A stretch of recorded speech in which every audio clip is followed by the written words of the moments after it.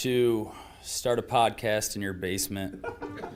If that doesn't scream midlife crisis, I don't know what does. It was Championship Sunday here in Indianapolis. What's the mindset then coming in as a defending champion? I want to win. No, I want to win. The young lady over my shoulder, Caitlin Clark. Not the best looking guy. And I don't think anyone's going to sit here and say, Matt Randazzo was really good looking. What has this last month, 2 months, 3 months been like for you? It's an important fan base for the Fighting Illini, is it not? It is. He turned 69 years young last week. You look good, Coach. Oh, try it. Thank you.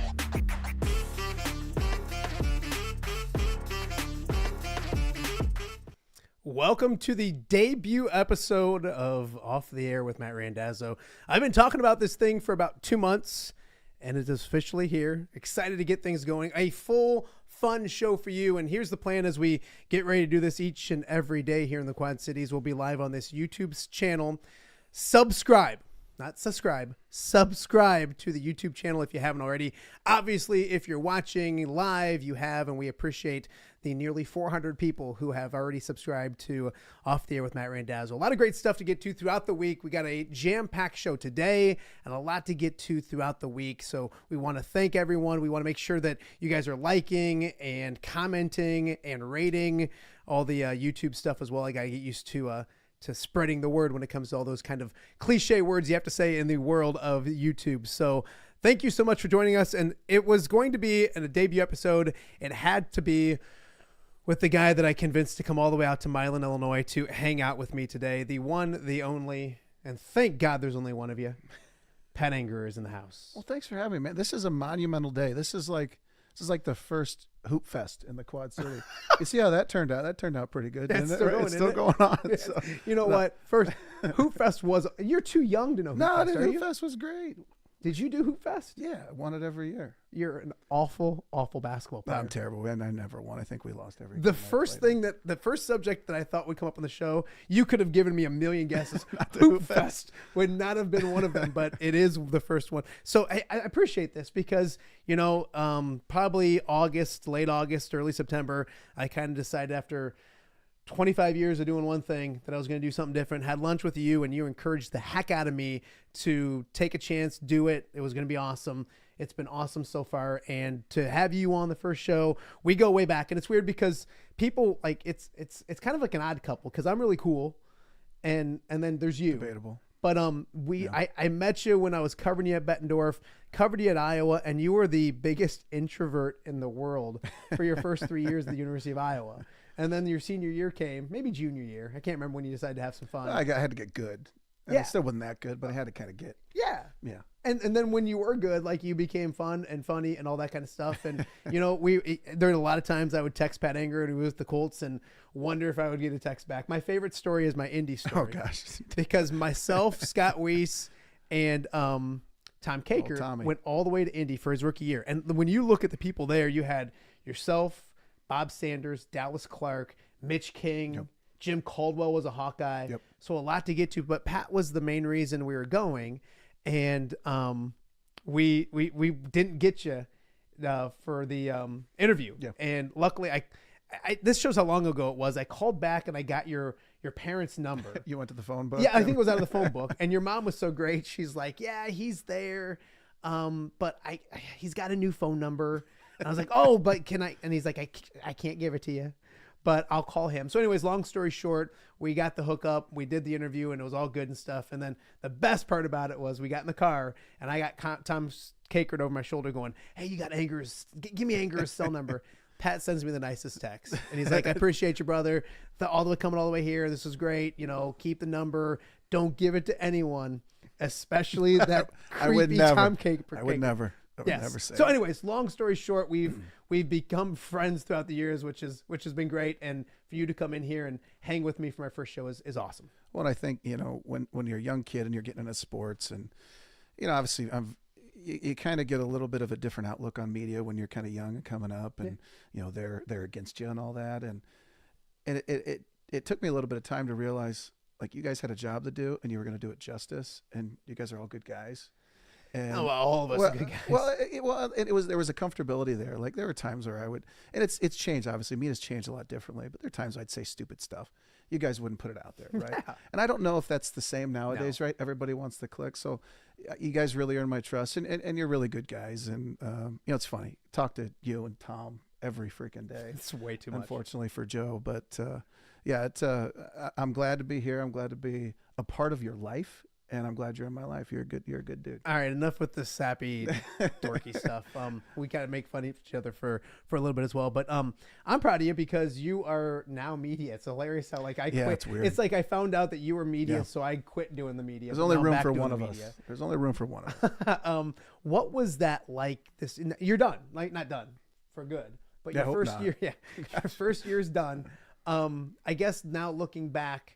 1, you survived it. 2, I thought you did really good. Thanks, 3, man. what did you learn, or what do you take away from being done after 1 year of being the voice of the Iowa Hawkeyes? Well, it was terrifying at first. It was it was really out of my comfort zone. Like, I'm good at talking crap and making fun of each other, but then you've got like a live mic, and there's a lot of people listening. And I understood too, like the meaning of being the color analyst for Iowa football. Like my dad grew up listening to that. Like I listen to that, and like that's a big thing. And a lot of it too was like, do I even deserve this? Like, who am I? Like, what am I? I don't belong here. I don't deserve this. I'm nobody.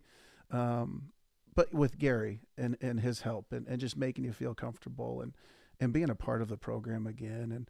And I was the strongest probably mentally in my life when I was at Iowa. And be able to be back there and be around those people that kind of forged me into where I'm at and held me accountable and helped me out so much in life. It was so good for my soul, and it sounds kind of cliche, but it really was. And it really, and you saw me, I think, when it came out, you're like, you got a little pep in your step. And, just to have a purpose, like not necessarily I didn't have a purpose, but like maybe because you are married with 3 kids, right? So let me save you there. It really brought back a lot of purpose, and it's been so fun to be around the program again and to see that what was instilled in me as a player and my teammates is still being instilled in these kids, and they're all really, really good kids and way better kids than us. Than we were. We were a little crazy, we're a little nuts, but luckily we had Greenwood to kind of keep us under control because he was normal. But a lot of fun, learned a lot. I think initially it kind of transitioned to more of it's still still going to be a fanboy, still going to be a homer of Iowa football because that's all I know. But I think the first game kind of talked more as a fan, then kind of was able to analyze things a little bit toward the end of the year and got more comfortable and hopefully can continue to get better. I'm sure there's things that I say that people don't like and people get annoyed of, but I'm going to constantly improve. And the one thing too is they allowed me to be myself, which some people like that, some people don't. Well, I think the majority like that. I'm Not going my to choose wife. my words wisely here, but you were self-deprecating. Did I get it? You did it right. Okay. See, my problem is we just talked about it. I confuse self-defecating and self-deprecating. And that's terribly, you cannot do that. Yeah, those aren't. Those are two very different things. I before you accept See, that. I can talk about this stuff now because You can do YouTube. that now, yes. Like if I was on WQAD, I couldn't talk about self-defecating anything. No. So you like to make fun of yourself, and I think people enjoyed that. I've been listening to Iowa radio as long as I've been alive. I've been listening to Dolph since he's been doing it, and he's one of the best ever. He's awesome. But I felt like he even had a new energy to him this year than maybe in years past, and I thought that was partially because of you. I don't know if you can compare and contrast, but just talk about your relationship with Dolph because it was almost like he was a big brother when it came to like showing the new kid exactly how to do things, and he took you under his wing, and you needed that, I'm sure. Well, we call him Grandpa Gary. So not big brother. We call him More Grandpa like Gary. a grandpa. I was trying to be nice, Dolph. Me and Corey call him Grandpa Gary, but he, like all the leaders in my life, like Coach Ferens and Coach Doyle and Norm Parker and Coach Wilson and Coach Ray Braithwaite, like all these guys that I had, they have the same attributes as Gary Dolphin. Like he's going to hold you accountable. He's going to be hard on, but he's also going to love you. Yeah. And he was so good to me. He's still so good to me, and such a good leader. And there's times where obviously I had no idea what I was doing. There was no dry runs. We did the game simulation, all that stuff, but we didn't prepare. We didn't have any. The first time we were on the mic together was Illinois State game, so it wasn't like there was a lot of practice really that went into it. So there were little tidbits here and there that he'd help me out with, and just he was so supportive and so kind, and I couldn't imagine. I mean, he's been doing it forever. Then you get some young, bald, ugly guy that's coming in that has no idea what he's doing. Young? And you've Careful on young. Yeah, you're right. But for him to have the patience with me and to have the kindness, like that was great. Give me a story from the booth. Give me like a silly, like dumb, fun, off air before air. Because like you also, so I have 4 kids, and the youngest one can really annoy the oldest ones. And I felt like you at some points could probably annoy Grandpa Gary, or like kind of give me a fun experience story. Do you got anything? I mean, it's kind of tough on the top. I mean, obviously the funnest thing was when my man Joe Glazer took a ball to the face and then just cut the greatest promo in the history of Hawkeye radio. But one game I kept being like, oh man, if we do this, I'm gonna kiss you, Gary. And then at the end of the game, he's like, hey, I know the fans probably like you saying that, but just please don't say you're gonna kiss me anymore, because I don't know if you're serious or not. And like, I just please don't. So I did have to stop saying I was going to kiss him, which is hard. That's hard to say when you got such a beautiful man with a beautiful voice. You just want to kiss him around the lips. Yes. I was wondering how long it would take to get a reference of you kissing a man on the show today, and it was quick, which is nice. I've learned, and I took you downstairs. I got a shoddy basement I put together, but like, yeah, Matt's really rich, by the way. I'm not anywhere near that. This guy is rich. So I'll take a TV and I'll put the game on, and then I'll because you guys are ahead of it. Yeah. But I'll delay it so that I'll listen to the radio. And I never did that. It's funny. I'd always hear people say like, I listen to the radio, and I'm like, how can you do that? But it was fun to do because one, you guys know more than what and not being mean to sometimes the I don't guys feel like I do. Yeah, but like Tom and I educate you enough. Never once this year did you say, hey, I want to thank my good friends Tom Caker and Matt Randazzo. I think at one point maybe, I don't know. But we would, for the first like 4, 5, 6 games, we would go to lunch on Thursdays. Yep. And then you got a little cocky. Well, I just got busy. Life got a little. I have 2 jobs, so I actually have to kind of work my other job as well. Monday morning at 10 a.m. I can tell you. And thankfully, IH is very supportive. They're amazing. So when did you feel like you could tell your comfort level got a lot better? I remember walking. I went up to the first game. I was terrified. I mean, I couldn't. I'm not kidding. Like he was. I remember going back down to the media room, going like I've never seen Pat like that, like that before. Dude. You were nervous. Yeah. And like I was saying some pretty funny jokes. Like I was getting, and you don't even remember any of them. No. They're not appropriate that I can say on here. Although I probably could, but I'm not good enough. Yeah. And you were just like, hey, and then just like would look off. When did you get comfortable?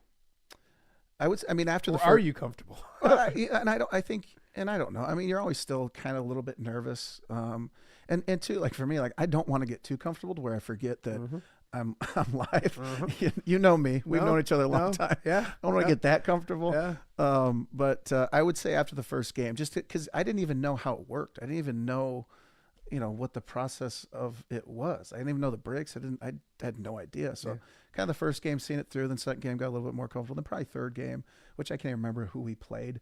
Was that Troy? Yeah.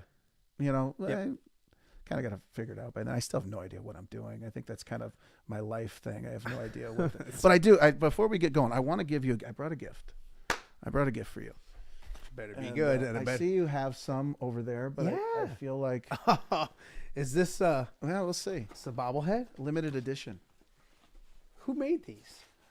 When I when I got drafted and came back, they gave these out at the River Bandits or the River Bandits game. Look at this. I do remember that. Yeah. And I used to have one. I think it broke.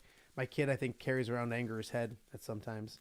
My kids have gotten, my 10-year-old has He talks a lot of trash. He does. Look at that. Look at the old, I would have the camera zoom in, but I don't have anybody here. It's just me and you, which is a little creepy too. Yeah, but I'm going to put you right by. And that's life size too. I'll put you right there by Dan Campbell. That's about as good as it gets. Why am I smaller than all those guys? You are kind of. Well, I don't think the Steamwheeler or the Bandits thought too much of you guys for the John Deere Classic does it better.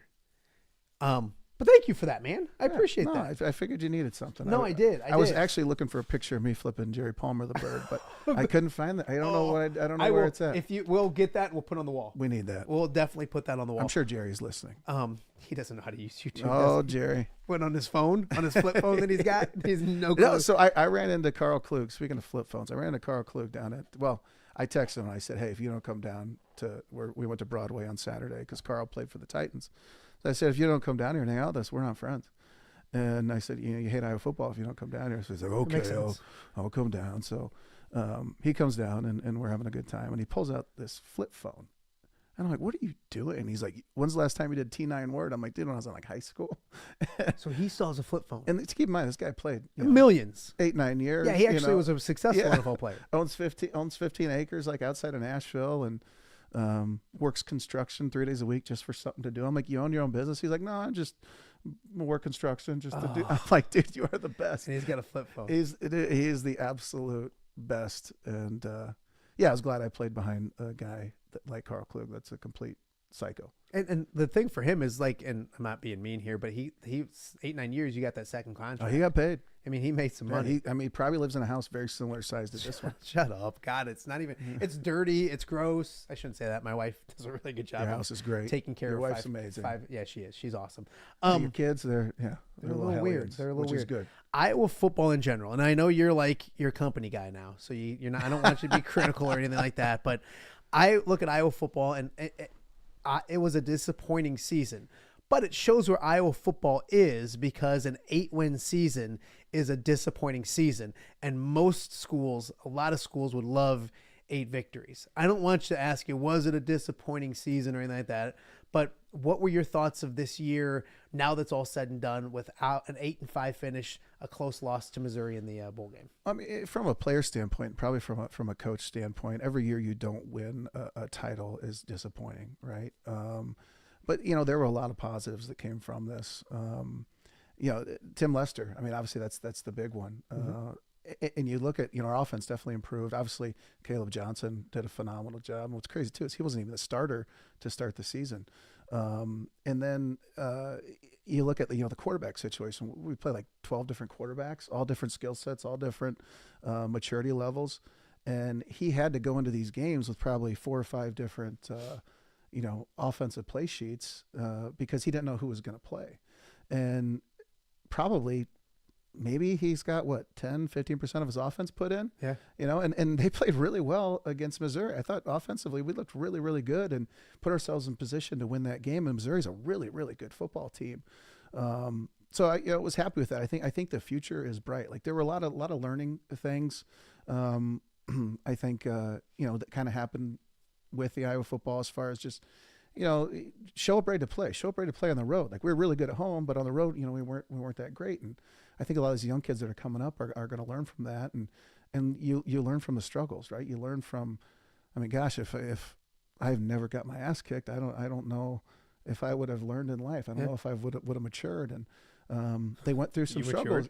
It's true. They went through some struggles, but they stuck together. Yeah. And nobody does that better than Coach Ferentz. And I asked him after the game, I said, how do you, through all the struggles and all the stuff that happened this season, and sometimes, during seasons, how do you always bring the guys together? Mm-hmm. How do you always do it? And he goes, well, I've had my ass kicked a lot in my life, so I'm pretty good at it. But like nobody, like the culture that he builds, the people that he creates, and just how he develops, nobody does it better. Yeah. And you talk about like his wins, and now he's going to be the winningest coach in Big Ten history. It's not about the wins. He's not there. He's not like, hey, we're going to win now. We're going to do this like everybody else is. We're going to bring all these transfers. We're going to do this. We're going to do that. We're going to win now. We're going to, buy everybody and do all this stuff. He wants to develop you. He wants to not only, make you a good football player, right? But he wants to make you a good person. He wants you to have a successful life. And by him doing that and focusing on that and development, that's how he gets the wins. And a lot of people they skip that part, right? Yeah. And you see that too in youth sports. Everybody wants to win now in youth sports, right? They want to, let's go an all-star team. It's always important to get that trophy when you're 9 years old. Yeah, let's cut this kid so we can win 4 more games. Like, no, Coach Ferentz is going to stick with you, and he's going to develop you, and he's going to give you an opportunity to have a successful life. And I think he's doing that. Like, I'm really excited for next year's team. I think going to have a lot of young, hungry guys coming in, a lot of really good talent coming back. Yeah. And it was fun being around the program. And I wasn't around them for very long during the season, but down in Nashville, got some time to kind of spend a little bit more of extended time with the players and chat with them and all that stuff. Really good group of dudes. Like I love them all, and just super fiery guys. Like, talk to Caden Weegan at the hotel, just no microphone, no nothing. That dude's a beast. Like, Yeah. that dude is a fiery dude. You know He's- what? And you'll find out as a media guy now is like Stop calling me a when media you don't guy. when you don't I'm have not a media guy. when you don't have a microphone around. Yeah. Like they're you guys are different. Players are different, and not in a bad way, but like they relax a little bit. You kind of see the personality a little bit more. Brett Greenwood hated this camera. I remember He still was does. there was a benefit that I think you put on. Yeah. And he was there. It was right after you guys got done. Yeah. And won the Orange Bowl. Greatest team in the Iowa history. Yeah. I was waiting for cheers. I forgot there's no audience. Yeah, I got you wait, give me a month and I'll have cheers. And he was like, we're just chatting away, having a good time. And I'm like, you're totally different. And he goes, yeah, you don't have that stupid camera. Yeah. And like, that's you find out with these guys, with this program. And you talked a lot about Kirk. It's been 15 years since you played 15-ish. Yeah. Is it the same program? What's different about the program? What's similar to the program? Because obviously in 15 years, you got to evolve, I'm sure, with society and everything else and things that the program went through. What's different about it? What's the same about it 15 years from when you, and not that you went away, but now that you're back kind of inside the program a little more? Well, I kind of asked Coach about that. Just kind of like, hey, everything's kind of changing in the landscape of college football. Like, how has coaching changed? And he goes, how I coach it hasn't changed. Which is awesome to freaking hear. It's amazing to hear. But obviously there's different hurdles and stuff now that you've got to deal with and stuff like. Which and it's funny because everybody talks to me and they're like, man, I bet you wish you played now. I bet you wish you played with the NIL and all that stuff. And honestly, I'm glad I didn't, because I didn't want something else to worry about. Yeah, the couple extra grand would have been nice. I was gonna say, but like like. I was able to get that, and when I got it, like it meant something. Yeah, it meant more probably. And there's just these kids have so much extra stuff that they have to worry about, so many distractions that honestly I probably couldn't have handled. I mean, I could barely handle downtown Iowa City my first couple of years when I was at Iowa. Speaking of which, some stories. Yeah.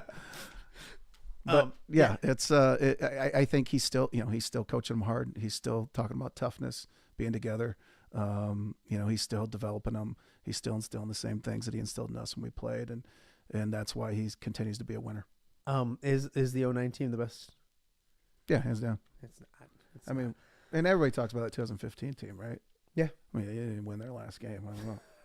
I won. Speaking of which, my first big sports gambling win was on that Orange Bowl. I'm happy for you. And man. it was How much did you offshore. get? It was offshore because it was as legal as can be. We get like $300 or something. It was funny because like I had $83 left in my account, and I didn't start with. I think I started with 100. Yeah, But throughout the That's not year, bad. it was That's not 5 here, bad. 10 there, and I said I'm going to put all of it on Iowa in the Orange Bowl. And a buddy, probably Weezy, was like, "Well, if Iowa's going to win, it's going to be a low scoring game, so you might as well parlay it with the under." I'm like, "It's a great idea." So it was like +2 something, +300. I thought I was rich. Little did I know. Well, now you're rich. Look That's at what this. all this came from. Jeez Louise. I just put it away All with makes interest sense rate now. and all that kind of stuff. It would be good. I did get it. It's funny because I'm not monitoring the YouTube, so if you are chatting, please chat away or whatever. But Andrew Lehman just told me I'm not taking my shoes off when I come because I think that drives my wife crazy. I'm so right now. happy that I wore matching socks. Yeah, like my wife is getting. She actually ordered like something for the front desk there so that people can't see my feet. She drives her crazy. My I toenails want are to talk painted, so I'm glad that I don't have to take my socks off. My daughter. I want to talk about some other stuff. It is Black Friday in the NFL. And so I know that Doug Peterson for Jacksonville was fired. I'm going to look things up as we go through the show and all that kind of stuff. You were in the league. I'm not saying you got fired. You did get fired. Everybody gets fired. But what are days like that like? Because you had some tough teams. Were you part at any point? Indy, did they fire? Yeah. What year? So it would have been after the 2011 season. So that was your second year. Yeah, they fired Jim Caldwell. And that was one of your better years. Well, yeah, I mean, we were on the field a lot defensively, Yeah, so it's easy to make a ton of tackles when you're on the field. In all honesty, though, you weren't like 4th, 5th, 3rd in tackles or something that year? Yeah, like 4th or 5th, I want to say. Don't act like you probably have But a shirt I at missed home. a game. I missed one game. You know, I just if I would have played one more game, I'm just saying. What was? Give me a story from the NFL. Oh gosh, a story. It's okay. We're on YouTube. I don't know. Because here's you. I don't know this a story. I don't have any stories. this undersized, slow middle linebacker running around the field like a knucklehead. Like it was. Was there a guy that was a good dude? Was there a guy that was like, I don't want you to Everybody. call people out, so I don't want to get you in But I trouble. mean, honestly, man, everybody was a good dude. I'm trying to You think kinda- of you the ki- stories that you've told me in the past and Yeah. try to lead you to one that you Yeah, can I know. tell I yet. know exactly the one you're trying to get me to tell, but I'm. Oh, no. Yeah, I mean, it's just. I mean, you look at like the guys that I played with. Robert Mathis, Dwight Freeney, Adam Vinatieri, Dallas Clark, Jeff Saturday, Peyton Manning, Reggie Wayne, Pat McAfee. I mean, a lot of guys I play with are going to be in the Hall. Are of you Fame. going to get McAfee on my show? Yeah, I'm sure he's got time. Well, he'll come in. Yeah, I mean, the guy that drafted me. I'll Bill- let him keep his shoes on. The guy that drafted me, Bill Pullen, he's in the Hall of Fame. Yeah. And, like I got into Indy and there's just all these like legendary guys, and like you're a little bit kind of terrified, and you're like, oh, I might have to shave my head, which obviously doesn't matter anymore. But shave my eyebrows, do that rookie hazing stuff. Peyton kind of came up and was like, hey, Hold on, slow down. Shave your eyebrows? I don't know, they do some weird stuff. Did you have to shave your eyebrows? No, well, I'm kind of getting to it. Peyton kind of came in. He goes, "We're not going to do that rookie hazing stuff. I'm gonna treat you like a regular teammate. I'm going to count on you guys like a regular teammate. We don't do that. That's crap here." disappointing. Which was really cool. There was one story, and one of my buddies was in there playing pool, and Rodney Harrison came in, and Rodney Harrison didn't say a word, and he racked it and wanted to play pool with one of my buddies, and knocked in all of his balls, knocked in all my buddies' balls, knocked in all his balls again, knocked in all my buddies' balls. Did that like 5 times, didn't say a word, and then like walked out. It's like, dude, you're a beast. That's badass. Yeah, that's badass. Yeah. I would have been talking so much trash. Man. If I could make one ball in, that would be nice. So Black Monday, Jim Caldwell, who is a former Hawkeye, went on to the Lions and had some success in Detroit. I think he's a great. I've never met him. He's a great coach. He's But a great what was the person. Black Friday like? Did you know it was kind of coming? Did you know after the last game that it was probably coming? Well, it was tough because we had a tough year. I think we were 2-14 that year. But one of the big reasons, obviously, that was the year that Peyton got hurt and hurt his neck and couldn't play. So we had to play quarterback that wasn't necessarily ready, and our whole team was pretty much based off of Peyton scoring a bunch of points. So I kind of figured that maybe, hey, they were going to give Coach Caldwell another shot, because it kind of necessarily wasn't really his fault. And as a coach, you don't necessarily build a team, right? The GM kind of builds the team, and I was kind of hoping that they'd kind of work for him, because the coach, or because Peyton getting injured, like it wasn't like.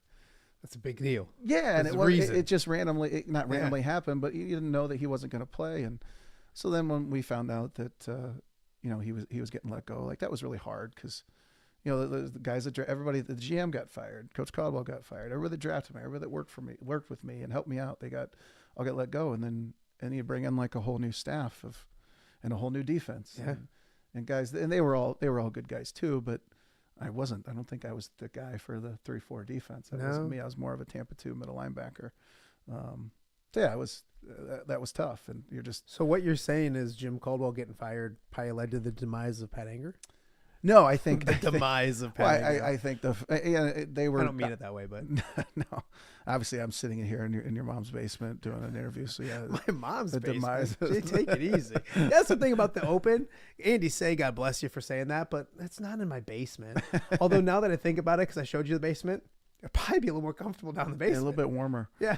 I don't even know where in the hell I was going with that, but yeah, the guys that came in afterwards, it was Coach Pagano, and it was a different defense, and they really gave me the benefit of the doubt and all that stuff. But really, what did it to me was 6 surgeries in the last 2 years. That was a little beat up. Yeah. Yeah.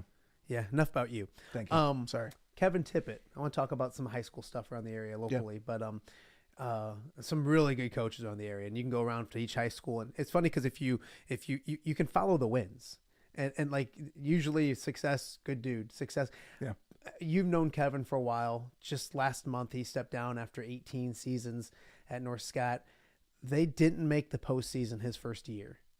And then every single year, 17 years straight, they made the postseason, won a state championship, which our good friend Joe Conklin knows that's not easy to do. Yeah, I don't even think Joe knows where the dome is. No, I mean, and Jake Gervais, I don't think They don't know where the dome is. No, and I'm not picking on Assumption. Just we need to make sure that the Assumption boys that gave him a hard time knew what was going on. So he steps down. You got to know Kevin a little bit.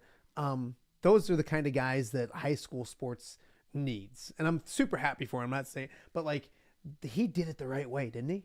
Well, yeah, and I initially got to know Coach Tippett when he had reached out to me about talking to his team. So he had, and I don't know kind of, I guess, the details, but he brings in his team every week during the off season, and they read a book together, like a leadership book, and they have breakfast together, and they go over, they have a speaker, and they go over like different situations that would happen, you know, in life, and like how to deal with them, and just the fact that like he would take the time to do that. I mean, he's a teacher as well too. Like he's got to get there really early. He's got other stuff going on, you know, and that kind of goes back to Coach Farron. It's like that when you focus on development, you focus on being a good person and being together, then the wins come, and it's so true.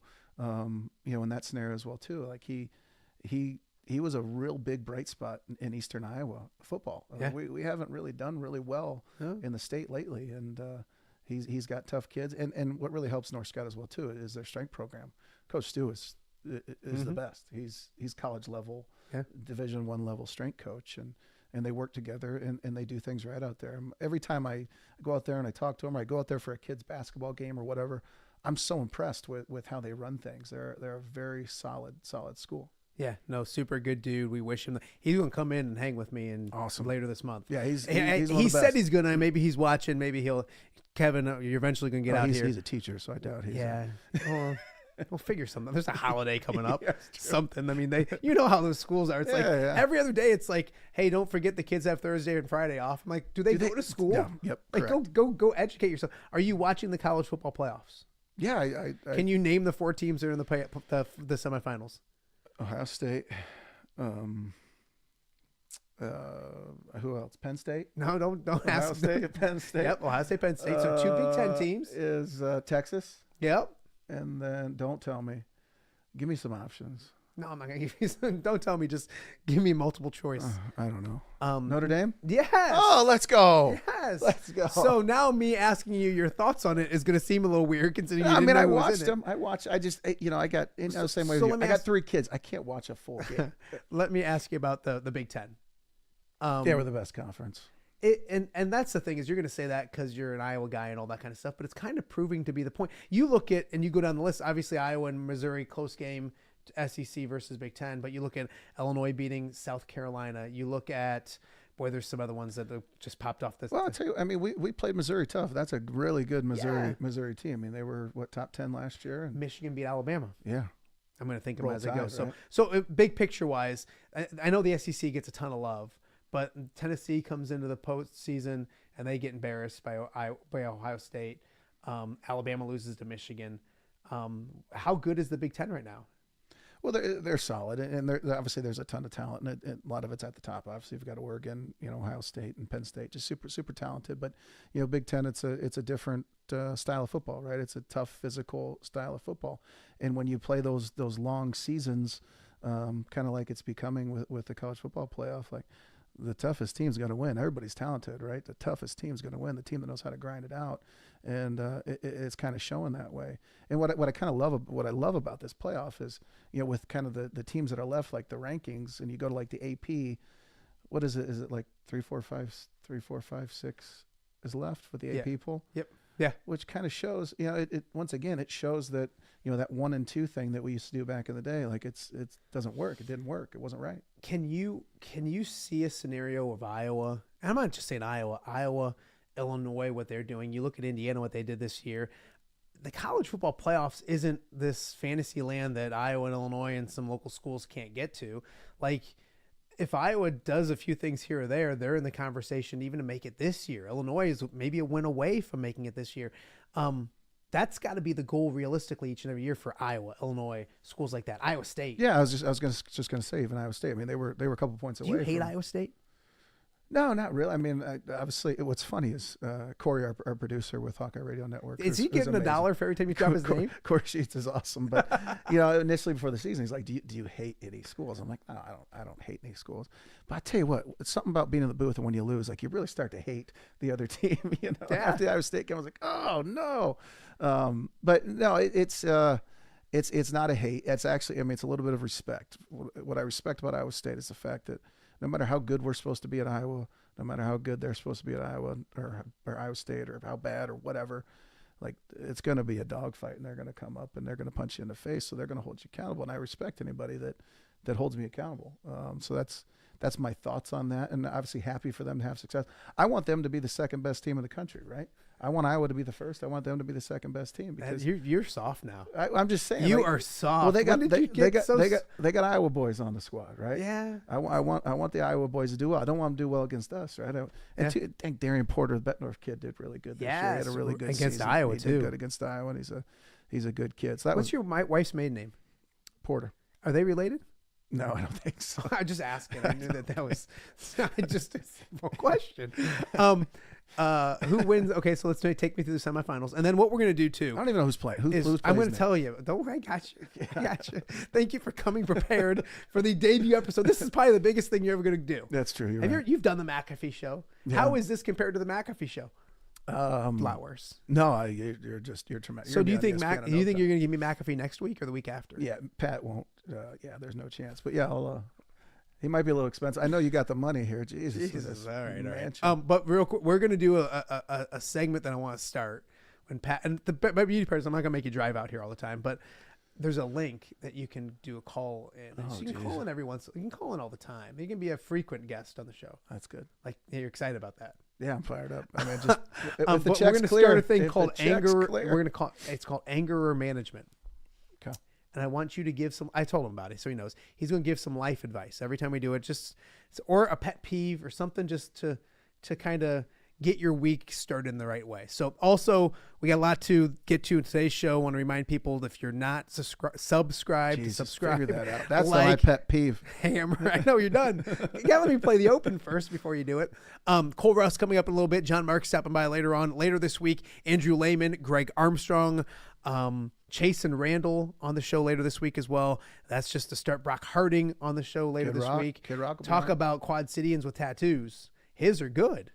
Well, these kids have got money now, right? Where'd you get yours? Well, it's kind of been pieced apart over the years. The kids, they could all get they could get the sleeve all done once. They had enough money. That's just like I had to go $100 at a time.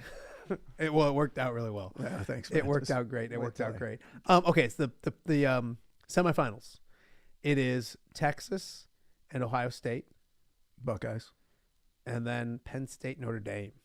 Oh, Penn State all day. It's going to be a Big Ten championship. So Ohio State, Penn State in the national championship, you go with?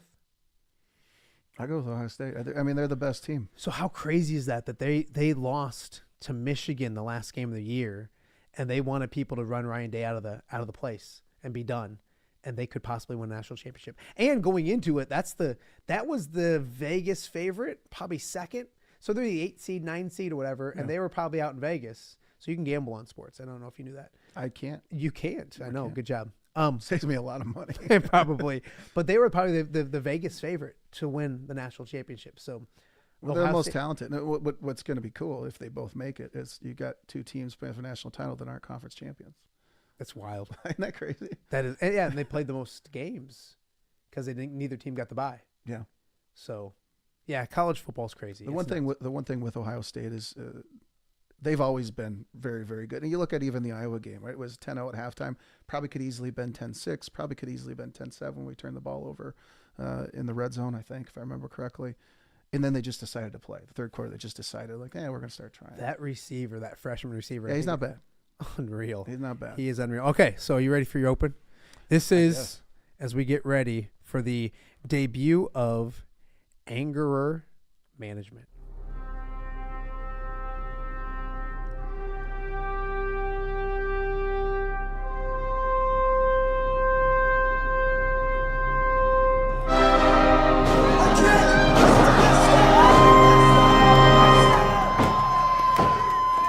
Media mogul, broadcaster of the next generation. I don't know. I just made that up. It sounded good.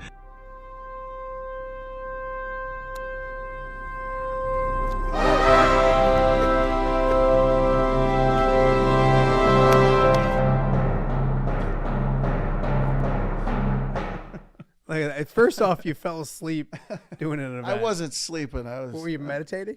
Yeah. All right, let's put some of that in perspective.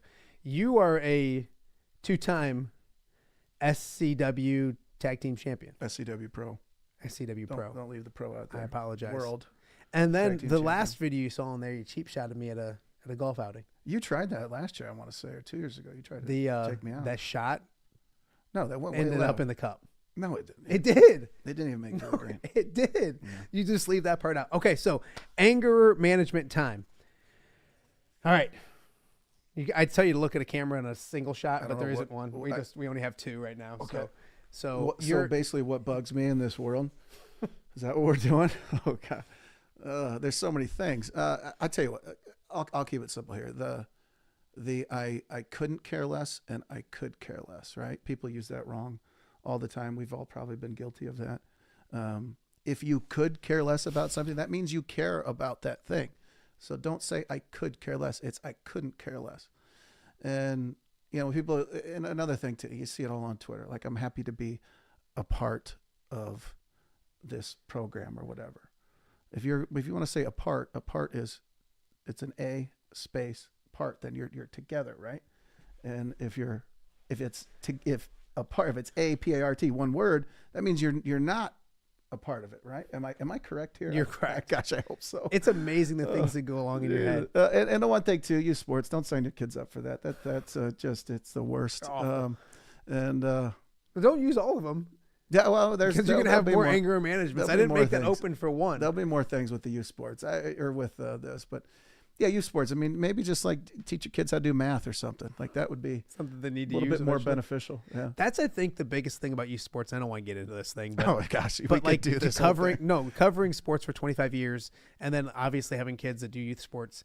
But there's probably 60 or 70% of the parents think that their kids are going to be Pat Anger or play professional. I've done this for 25 years. 3 people have played Major League Baseball. Yeah. Cody Sedlock, Dakota Backus, and Rock Falls Jacob Junis. Now we've had some great, Trent Wallace is in AAA right now or High A with the Blue Jays. Tyson Blazer made it to AAA. I'm not saying that there's not great athletes that play, but if the ultimate goal is professional Major League Baseball, and it's been a minute since Logan Lee right now with Pittsburgh, but before Logan, the last person to get drafted was Julian. Jake? Did Jake? No, it was probably Dave. No, wow. David Johnson? Well, Jake. What do you mean, Jake? Javas? No, he didn't get drafted, Pat. Oh, if he would have been one of Bettendorf, I would have got drafted. Wow. Well, that's going right to Twitter. That's going right to social media. So I never got a real promo from him. That's too bad. So I should run the one that he sent us, right? Absolutely, you should. So, well, thank you for that anger management. Yeah, hopefully I felt like I rambled on there. Hopefully I made sense. We'll tighten things up. So here's what I want you to do: go around this world, and when you get something annoys you, or you think of something, just jot it down. Oh. Okay. And then next time you come in, or next time we have you on the, you know what, on the call-in feed, yeah, we could have fun though. I'll tell you what, people stand on escalators. That's a big thing for me too. Like they're made like stairs, so you can walk up them faster, right? You think people should? You got to walk up an escalator. They're made like stairs, so you walk up them faster. I'm just saying, dude. You get in the airport, you got everybody. No, the airport one I get. Stand on the walk thing. on those things. Yeah, like to walk on them. Come on. But the escalator part of the fun is kind of taking a break. You're just lazy. Yes, I am just lazy. Before we let you go, because you have more things to do. This is something I think we should just do this. We should invite Kakert, and we should invite Joe, and we should invite Rokes. And Joe would never come, unfortunately. He's too cool for us. Do you think Joe will ever be on the show? I hope so. I mean, you're going to have to pay him. You're going to have to make a significant donation to the foundation. Him or the foundation? Both. Oh, poor His kid. hair is called the foundation. Before we let you go, I lost my train of thought because you got me talking about Joe. Sorry. You got me all excited. fired up. But you got someplace to go. Yep. What are you doing this afternoon? I'm just going to go give a quick little talk at an event at the Outing Club in Davenport. And then I have to go to work. I have a job. I have to go Is that to a thing? Yeah. Well, I appreciate you coming all the way out here. Thanks for having me. I told you we were going to do this for 45 minutes, and I even had a break queued up to give us a break to talk. We could do this for another 45 minutes. We could. So do you think this is going to work? Do you think this whole stupid show is going to... I mean, hopefully it doesn't end like the Hoop Fest, Hey, Hoop Fest was what, 20 years of fun? That's true. You give me 20 years of this thing, man, I won't even be alive in 20 years. Like Wacky Waters, You're not going to, you'll see this. That's people will say to me hey, in 25, 30 years, I'm like, starting to wonder if I'm going to be there at this point. I'm older than you. You're definitely not going to be there. No, not a chance. No, not a chance at all. So, hey, I appreciate you doing this. You'll come back again. I'm going to make you. Thank you for the bobblehead. Yeah, it's an important one. It's a big one. It's going to get people here all the time. I'm trying to buy some time where I can find my commercial break. Oh, well, that's great. You did well. So we are done with Pat Anger. He's going to go inspire the rest of the world. When we come back, a lot more to get to. Coming up, we will be joined by Cole Rusk from the University of Illinois. That and so much more on the debut edition of Off the Air with Matt Randazzo. We will be right back. Hello, Dan Pearson here of FCA. Our team is thrilled to support Off the Air with our good friend Matt Randazzo.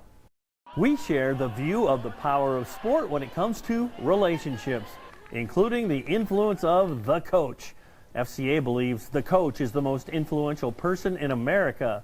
Matt celebrates local coaches and athletes. His content is informational, insightful, and inspirational. Our Fellowship of Christian Athlete team loves partnering with Off the Air with Matt Randazzo while we engage, equip, and empower coaches and athletes in our 23 counties. FCA, the heart and soul in sports. View from the West, the podcast covering Illinois high school football. It's going to be a hard-hitting game. It's going to be great football. Weekly analysis and reaction from around the western side of the state of Illinois. This is the game we had circled when the year started. Follow along on YouTube and subscribe wherever you listen to podcasts. It's big-time football out there tonight, and I know we can play big-time football. View from the West. We got you covered.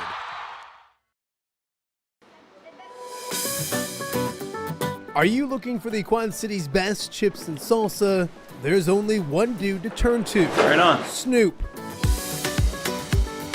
Hand-cut chips, fried fresh with that crunch you've come to love. And the most addicting salsa with delicious fresh ingredients each and every time. Pick up your chips and salsa, queso, enchiladas, and much more at the Stern Center in Rock Island. To place your order, simply call the man himself. It's Snoop at 309-314-8197 and find out for yourself what the rest of the Quad Cities already loves. Welcome back to Off the Air with Matt Randazzo, our debut episode. Thank you so much for joining us. Hopefully you've continued to watch this far, and you'll continue to watch each and every day here on the YouTube channel. If you haven't subscribed to the YouTube channel, please do so. It'll help us out a ton. This will also go out to all the podcast forums coming up this afternoon. We want to thank Pat Anger for joining us and not getting us canceled in our first 45 minutes to half hour of the show. And speaking of football standouts from the Quad Cities, if you're in the Quad Cities, there's no better topic right now than the Illini football team. And joining me now, the very first guest on Off the Air with Matt Randazzo is Cole Rusk, former Rock Island standout, current Fighting Illini tight end. And first off, I know you've dreamt of a lot of things in life, Cole. Was being the first guest on an old guys podcast one of those? Definitely. It's an honor to be the first guest. You know, you've already named some legends and stuff like that, so it's an honor for sure. Yeah, it's been fun. Before we get to talking about the Fighting Illini, you guys on the field this year, unfortunately, you weren't one of those guys actually on the field. Suffered an injury, I think it was during the summer or in fall camp. Fall camp. Kind of take me through that injury, where you're at, how you're feeling as you get ready to, I know, itching to get back on the field here soon. Yeah, definitely.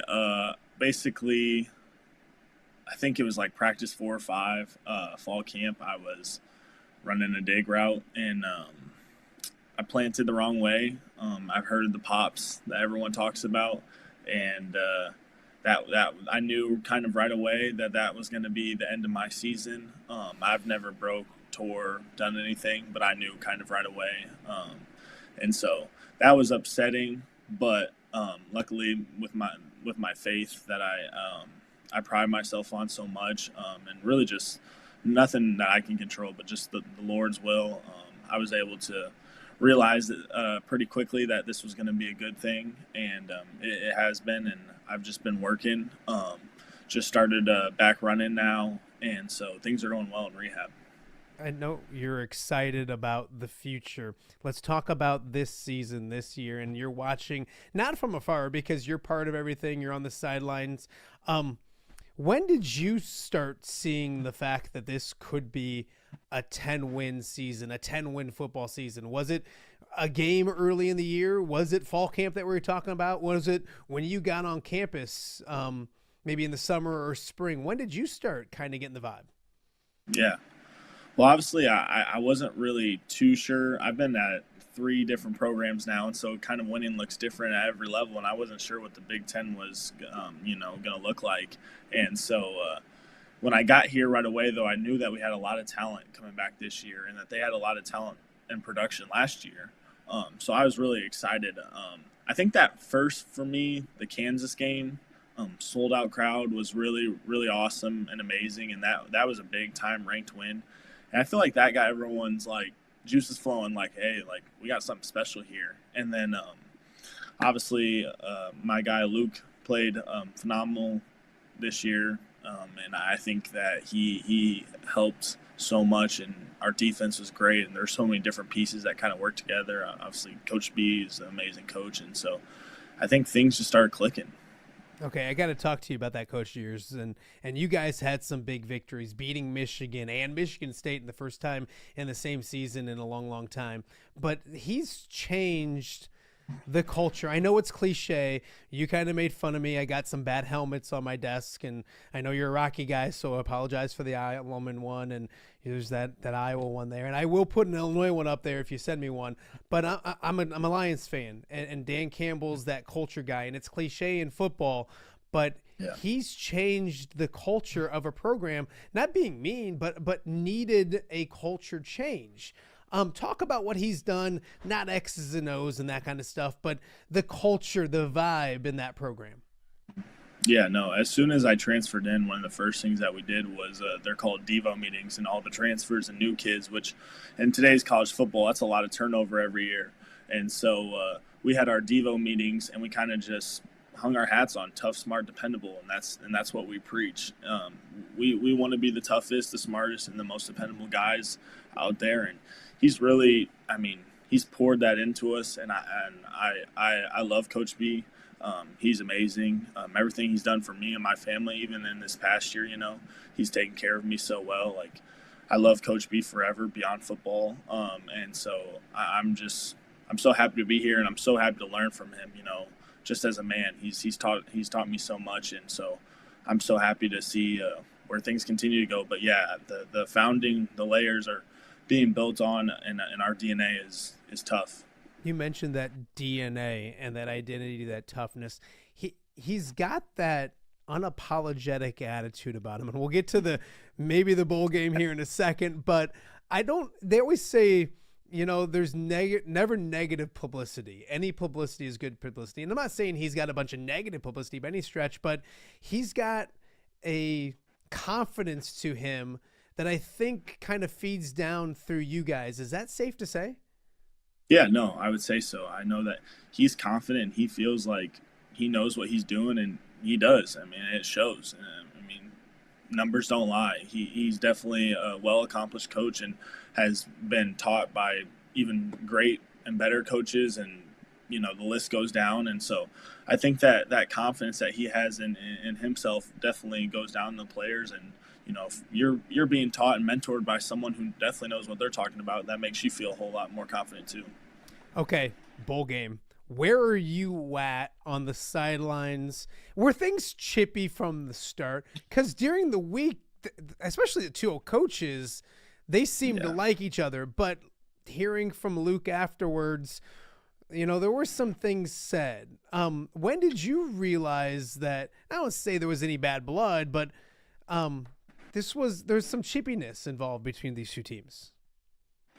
No, I don't know if there was any bad blood necessarily before the game, but there was definitely that feeling of they don't respect us, and we wanted to earn that respect the right way. in between the lines. And so kind of building up to the game was just a lot of fun. And, they're obviously such a well-respected SEC team. And for us, I mean, we haven't really ever done anything against SEC. And so we kind of just wanted to go into that game to show them, what Big Ten football is about and that we are a legit team, And even going into next year, we want the playoff committee and whoever's watching to know, like, we're legit. We're returning a lot of players, and, like, this is a serious team. And kind of how the way the end of the year went, it kind of felt like we got disrespected a little bit.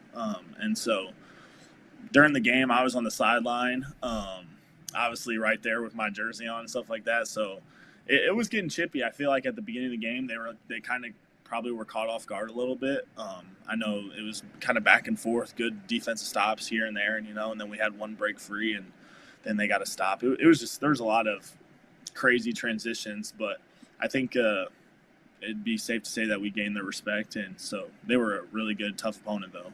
All right, take me through the incident. Where were you? You see Big Bert coming out there with the arms up. Yeah. Did you know what was going on? Did you know the context of it? I think the actual telecast kind of talked about it being a substitution pattern signal, and it ended up being with the kickoff signal. When did you realize it? Did you know what he was doing when he was doing it? To be honest, I was looking at something else. And then I looked over there and I saw him doing it. And then I see Coach Beamer, I think that's how you say it, kind of do the whole attack, thing. And I'm like, uh-oh, like something just happened over there. And initially I didn't think, like, I knew what that meant. I knew that was about the kickoff return. They tried to pull that trick play on us. But I didn't know why he did it. So then after, talking to people on the sidelines, it became obvious, like, hey, that's kind of a shady move. Everyone knows in football that this means, and they're just trying to take advantage of that. And then it's legal, so I get it. But that we kind of felt like that was a low ball move, but it's all right. Coach Beamer kind of looked like he wanted to get at Coach Bielema. Yeah. That'd be kind of like me wanting to get at you. Like, I don't think that would go very well for me. I don't want to say what would happen if that actually happened, but obviously, coaches are both fiery, but probably good to have somebody hold you back at that point. Yeah, no, I definitely don't think Coach Beamer wanted to come to our sideline, and it got. I mean, you know how bowl games are; they're probably the most chippy games of the year. I know we have our rivalry games, but bowl games are kind of let loose and chippy. There's a lot of emotions. A lot of kids last time playing football, and so. We got to the hashes kind of both teams, and I was like, uh-oh, like, I got to get out of here. I'm not getting taken out or anything like that. You mentioned how bowl games are. So I'm old, so I know when bowl games were a huge deal. You guys, this was a huge deal, and I think for South Carolina it was a huge deal, but that's not unfortunately always the case. Why was this such a big deal for Illinois? I know it sounds like a dumb question, 10 wins, winning a game, representing your team, all that kind of stuff. But in today's day and age, Cole, it's not always the way it is. Why was this game so important for you guys? I think once we knew kind of right away after our season ended, we were going to get one of the SEC teams, Ole Miss, Alabama, or South Carolina. And that kind of just lit a fire. We have the chance to get 10 wins, which hasn't been done since 2001, and beat a SEC team. And I think that Coach B just kind of let us hear about the past, and what we can make of the future. And, luckily it went good for us, and now we'll be a part of history. But that meant a lot, for everyone. And that goes back to our DNA, the type of kids that we recruit and the type of kids that we bring to Illinois. And just the kids that are on my team with me, my teammates, that put so much heart and effort into this year. And so we wanted to send all the older guys out right, and it meant a lot, and their slogan is kind of the SEC, it means more. And I don't know. I think the Big Ten's doing pretty good this year. It's not doing bad at all. You mentioned your quarterback, your QB1. For full disclosure, and I think I probably mentioned it on the YouTube channel already, and I know I mentioned it in my prior job, but I do a golf outing every year in honor of my dad, who passed away of cancer about 12, 13 years ago. And a couple years ago, we started this Iowa-Illinois rivalry thing up here on the golf course, and you captained the team this year, and it was awesome because I didn't know who I just said bring 3 guys and come up, and I think I texted you maybe the night before or the morning of just to kind of get names to put them down the sheet. The first one on there is Luke Altmaier. I do like a double take, and QB1's coming to the Quad Cities. I don't want to take full credit, Cole, for everything that's happened to Illinois football, but positive karma coming up to the Quad Cities that day? Definitely some team bonding, some good chemistry going back to Champaign from the Quad Cities, Luke's been my best friend since I stepped on campus. I went to my first class, sat down next to this random kid. I had no idea who he was, and he said, "Hey, I'm Luke." Sat down next to me, and I was like, "Man, this kid already knows who I am." I don't know who this guy is. Ended up being Luke, and so we kind of just clicked from right away, and we've been best friends ever since. Just both being men, walking in our faith, and just the type of team that we want to have in leadership and growing to, and stuff like that. I mean, it's been unbelievable. We live together in this house, and so right away when I said that there's a charity event going back home, he was first one to say he's in, and also it's playing golf, so it's not like the worst thing in the world. Y'all were good. I don't know if you were good. He's good too. I'm a little iffy, but him and our other backup quarterback, senior, are really good. They carried the load. No, so full disclosure, you guys won the whole thing. Yeah. You won the cup. There was some. Yeah. Were you guys accused of cheating? Were they accused? Or were you from guys from the Iowa guys, which, of course, Iowa doesn't know how to lose. So I love it. I didn't blame them, but yeah, right when you text me that there was a possibility we could go against the Iowa Hawkeyes and anything, I'm always going to jump at it. Oh, I love it. I love beating them more than any team in the country.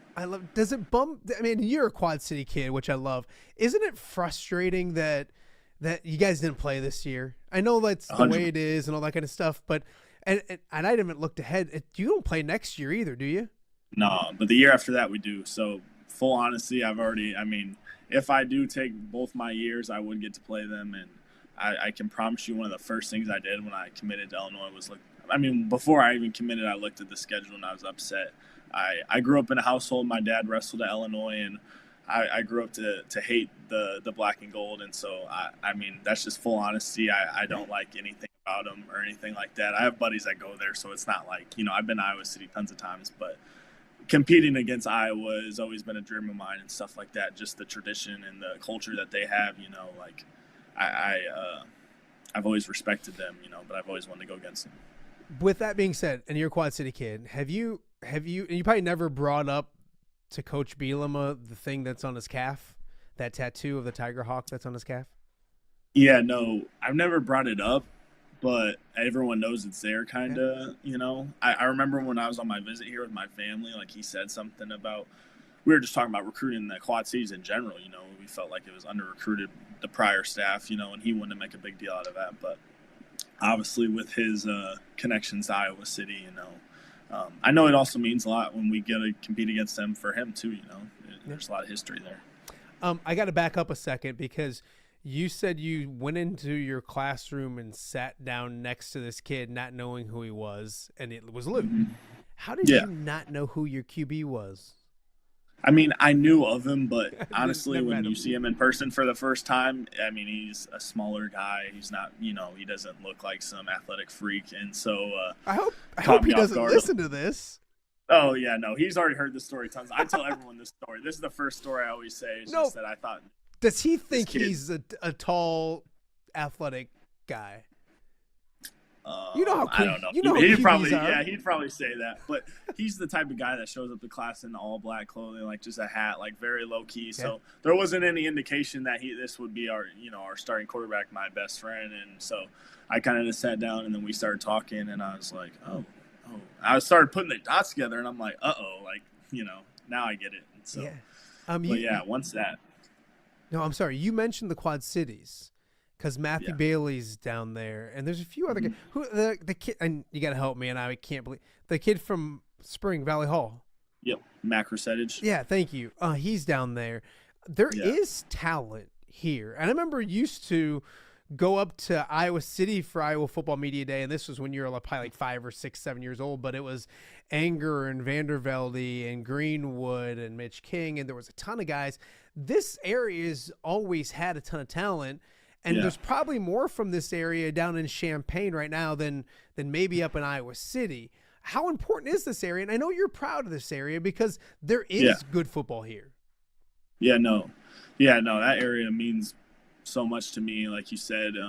But I mean, one of the selling points right away when I got there was Coach B told me like he thinks if he was there when I was a senior in high school that I'd be playing for Illinois already. And so that meant a lot to me because that was my dream school. I know that Iowa heavily recruits our area, but Coach B told me on my visit, he's like the emphasis that we want to get kids from the Quad Cities and that western part of the state it's very adamant to them, and it means a lot to just recruit Illinois in general. I mean, you look at our roster. I mean, it's built on a lot of Illinois kids, and so obviously, like you said, Matt Bailey, Mac Resettage, I mean, all Big Ten safety, and Mac is an unbelievable player and a freak athlete, and so. I think that we have a lot of good athletes coming out of the Quad Cities. All right, I got a couple goofy questions for you in a second, but I want to talk about the future because I just asked you. I remember I texted you and said, "Hey, you want to come on?" And he said, "Yeah, I got nothing to do till I go to Costa Rica." And you're going to Costa Rica with your guy Luke. There's a great bond there. Him coming back and seeing what you guys did this year. And it's obvious, Cole. There's no like contentment. There's no like you guys aren't happy because you won 10 games and you're throwing a parade and everything's done. Every time I listen to an Illini player that's coming back, they quickly look ahead. And you've done that just talking to me. Look ahead. What can this program do and where can it still go? Because I don't think they're just happy with winning a bowl game and getting 10 wins. Yeah. No, obviously it was unbelievable to reach 10 wins and stuff like that. But I think reality kind of set in for all of us late in the season. Like, hey, we were probably one win away from the college football playoff. And that's just the truth. And, I think I saw a tweet earlier that said we're most likely going to return 9 to 10 out of 11 all Big Ten honorees back. And so I think everyone kind of just after the game was like, man, like 2025, like we can do something serious, and we're no joke and we don't want to be taken lightly. And so I kind of just think that respect and confidence, and also for someone like me, just the motivation of how great this year went. Like I want the standard at Illinois to be this, to be this type of this season and stuff like that. And past, me and Luke have talked about it, past the time we get done playing here. I want my kids, that are going to be Illinois fans, hopefully, to be like, wow, like they're a good football team. Because I grew up an Illinois fan and we didn't have that. And so kind of just that standard that we built this year, we want to keep that standard and go into next year with high expectations. Can you feel the excitement, the vibe? I think that's the biggest difference from a media member that's covered you guys, and there's been some successful seasons here and there, not to this extent, but it didn't seem like everybody was all on board or excited. This was the first year where like there's an excitement around Illinois football. You see it up here in the Quad Cities, and it goes all the way down to Champaign. Can you see that on campus? You mentioned sellouts against Kansas. Well, that happened several times throughout the season. There's an excitement about that you got to capture now, isn't it, when it comes to fans? Yeah, no, definitely. I think obviously our basketball team is so amazing, and they've gained the respect of so many, and they're doing unbelievable things. I watched them last night, but kind of just wanting that same, type of support and attention, to the football team. And that's what you have to work for. And Coach B's done that since he's got here. I mean, I've watched before I was even here, and he's kind of just continued to gain that respect. And I truly believe he's one of the best head coaches in the country. And I would say that no doubt in my mind. And so I think just what he's building, like I said, the tough, smart, dependable players that we continue to bring in and coach up, and our staff is unbelievable, and our training staff, everyone down, video and everything has just been so unbelievable that we're just so ready for next year, but obviously celebrate a little bit of how great this last year was. But for someone like me, I'm just ready to go. And so I'm excited. We are talking with Cole Rusk, tight end at the University of Illinois. very first episode of Off the Air with Matt Randazzo. I got some fun questions to get to, but I do want to touch quickly on the transfer stuff because you had mentioned your path is just different than everyone else's. And I say that, but it's almost your path is becoming the norm. Obviously, you started at Eastern Michigan. You went to, help me, Murray State. I almost said Toledo. I apologize. Murray State, fantastic season there. And now where you want to be. And you look at today's day and age, the transfer portal season is almost more exciting than the recruiting season when it comes to football junkies. What was it like for you? What were the pluses of it? What were some of the draws or the negatives of it? And what are some of the things that maybe you've seen changed since when you were doing it to now? I think there's some more things that need to change about it or tweaking that needs to happen. But what are some of the pros and cons that you saw being one of those transfer guys? Yeah. For me, obviously, just the benefit of, I was if people aren't familiar, I found out that the school, you can transfer from schools as many times as possible, like literally a couple days after Christmas. And that's the only reason why I was able to transfer again, because I wasn't going to sit out. So nowadays, I remember when I transferred twice, I'm like, dang, this is my third school. Like, this is kind of, it's not embarrassing, but it's just a little weird, to think like I've been at 3 places. And nowadays, every kid I see going in the portal has already been at 2 schools, 3 schools. And I think there's different situations. For me, like, I'm not afraid to say my situation because I didn't play at one school. I went to go to a better opportunity, took advantage of my opportunity, and got to play at my dream school. So I feel like everything worked out, God willingly, like perfectly for me. And so all glory to God, it did like that. But I definitely think that it's crazy nowadays. You go on your phone, Twitter, people are here and there and stuff like that. And so it's kind of just like you're recruited nowadays to get the best players to come, and obviously money's involved and everything like that. But for me personally, I'm happy with how it went for me. And I think my story lines up with the way that I think a lot of people would want the transfer portal to be used for. No, absolutely. Absolutely. So some goofy questions for you. We're just done with Christmas. Did you get home for Christmas? Yeah. So we got the 21st through Christmas Day. I flew out to Orlando on Christmas Day. Everyone did. So Christmas, we did Christmas on Christmas Eve, but I was in the Quad Cities for that. Can you give me the best Christmas gift you got? Do you still get Christmas gift? Are you still a good kid? Yeah. Like you still go this. Right? Okay. Well, look at that. Yeah. Nice. Watch. That was from my 309 tattoo. My mom. Okay. Well done, Mom. When you're back in the Quad Cities, obviously you probably didn't have time over Christmas. What's that place or places you got to hit up when you're back at home in the Quad Cities? First things first, I always go to Arthur's Deli in Rock Island. It's my number one. It's what do you number get? One spot. Number 7, chicken, bacon, cheese. Yes. Yeah. And then I get a large potato soup and some chips. It's the same thing every single time. My buddies make fun of me for it because that's the first place I'm going. I love it. Been going there since I was a kid, honestly. My dad would go to Rifac and then go to Arthur's. And then, of course, late at night, you got to swing through Whitey's. That's where I took the guys after the golf outing, and they loved it too. But obviously that's a household name in the Quad Cities, and so got to go to Whitey's too. Those 2 spots are must-haves. Love it. If you could take one player on a Big Ten team that's not Illinois and bring them to Illinois for next year, who would it be? One Big Ten player. From any roster. Ooh. Yeah. I'm trying to think of guys that I know are coming back. Can they be old? Whatever. I don't know who's coming or going anymore either, man. Yeah, I'm trying to think of guys who are coming back.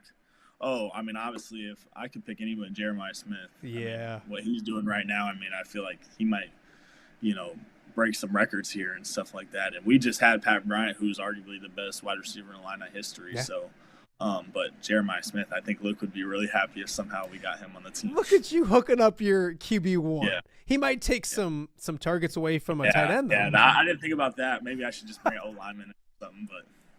Either way, you're taking care of your quarterback, either some protection or a weapon. Best Big Ten stadium that doesn't exist in Champaign. We'll leave Memorial Stadium out of this. And I don't want to say stadium. Maybe that's a bad way to say it. Environment. It can be stadiums involved in that, but what's the best environment that you've seen as you traveled around? Well, my freshman year, we played at Eastern Michigan. We played at Wisconsin, and it was the first game of the year for them, so it kind of was packed, even though they were playing a lower team. And Camp Randall was pretty crazy. I have to say, I like their campus and what they do. Iowa City, the Wave is really cool and stuff like that. I've been to the Big House. Now, I've never been to the Big House, and I hear it's big, but it's not as... Not loud. Yes. Is that true? No. Yeah, no, I didn't. Like, you go places and they're rocking. Like, I mean, for example, we just played South Carolina and their fans, I mean, it was a kind of an away game for us. Just they traveled really well and it was rocking, you know, when we went out there. And so I'd have to say probably Camp Randall was loud. It was really, really loud for us, you know. So if you could switch places with one teammate, live their life for a couple days, who would it be? I mean, is NIL involved? Yeah. Yes. Now, who would the answer be? Yeah, shoot. Then maybe my next door. Probably.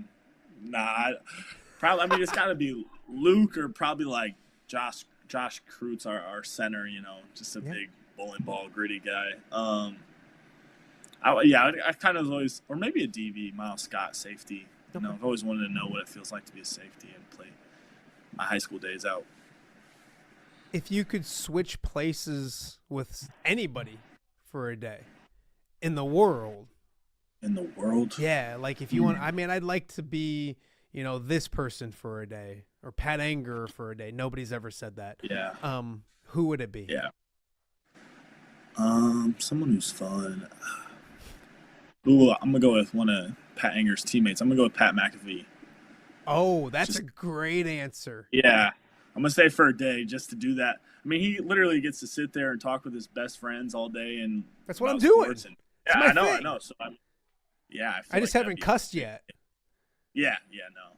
Yeah. I'd probably need a little bit off the air to see the full unfiltered. But, yeah, I feel like being him for a day, going to a college game day, sitting next to Nick Saban and those guys, I mean, that'd be awesome. I feel like I got to ask you because your dad's a pretty tough dude. And not that you're roaming around fighting people, but if you were in a fight, what teammate would you want? Give me 3 teammates that if you found yourself, no fault of your own, Cole, in a precarious situation, you would want to be there with you. You got 3 guys. I'm going to go back to Josh Kreutz. You could probably say both of the Kreutz brothers. I mean, they're gritty dudes. Melvin Priestley, our right tackle, East St. Louis cat. He's a real deal. I would trust him to have my back for sure. He's one of my guys. I can't go all O-line all the time. And then on defense, I'll go Gabe Jackass. He's a state champ wrestler, so I mean, I feel like that's got to mean something. Now, you mentioned Luke Altmaier a lot during this interview. His name didn't come up in that fight stuff.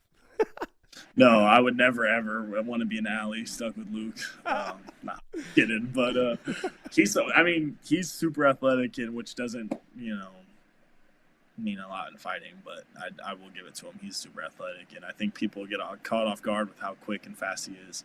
Cole, this has been enjoyable and fun. One of the frustrations, maybe a good way to say, of maybe my former life or my former job was time constraints. I don't have those anymore. So this was fun to kind of sit down, chat, and kind of get to know you. I appreciate everything you've done for me. I texted you randomly last summer and said, hey, can you convince 3 dudes to jump in a car and come play golf in the Quad Cities? Not only did you did it, but you brought QB1 and you won the damn thing. You won. They legitimately, they didn't just beat Iowa. They finished with the best score. Through tiebreaker, James Zaharit's team won. darn weather guy, but you won the whole thing. So I appreciate that. Is there a chance I could get that date put on your calendar this year for the Saturday Father's Day weekend? Yeah, I mean, probably. I mean, we'll probably. I won't hold you to it. I mean, I'm thousands I of people are watching. Right no now. Pressure. Yeah, I can't make any promises now, but I mean, I can pretty much probably assure you that we're not going to be doing anything here in Champaign other than summer workouts. But no, I love we'll make it probably back again. I love it. Hey, I appreciate you. I knew I was going to get a hard time for the helmets, and everyone knows there's some either Iowa stuff around me. So I wanted to make sure I opened up with an Illini guy doing big things down in Champaign. I can't wait to see you healthy. That offense was good this year. With you in there as well, it's going to be a lot of fun to watch. So greatly appreciate you, my man. Be good, stay healthy, and we'll talk to you real soon. Thank you. All right, he's Cole Rusk. We got a lot more to get to. Debut edition of Off the Air with Matt Randazzo. Keep it right here. We got a new guest coming up right after this.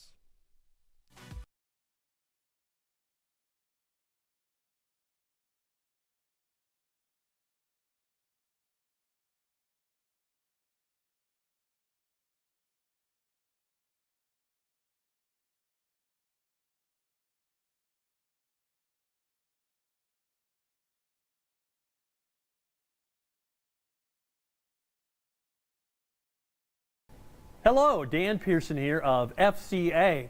Our team is thrilled to support Off the Air with our good friend Matt Randazzo. We share the view of the power of sport when it comes to relationships, including the influence of the coach. FCA believes the coach is the most influential person in America. Matt celebrates local coaches and athletes. His content is informational, insightful, and inspirational. Our Fellowship of Christian Athlete team loves partnering with Off the Air with Matt Randazzo while we engage, equip, and empower coaches and athletes in our 23 counties. FCA, the heart and soul in sports. View from the West, the podcast covering Illinois high school football. It's going to be a hard-hitting game. It's going to be great football. Weekly analysis and reaction from around the western side of the state of Illinois. This is the game we had circled when the year started. Follow along on YouTube and subscribe wherever you listen to podcasts. It's big-time football out there tonight, and I know we can play big-time football. View from the West. We got you covered.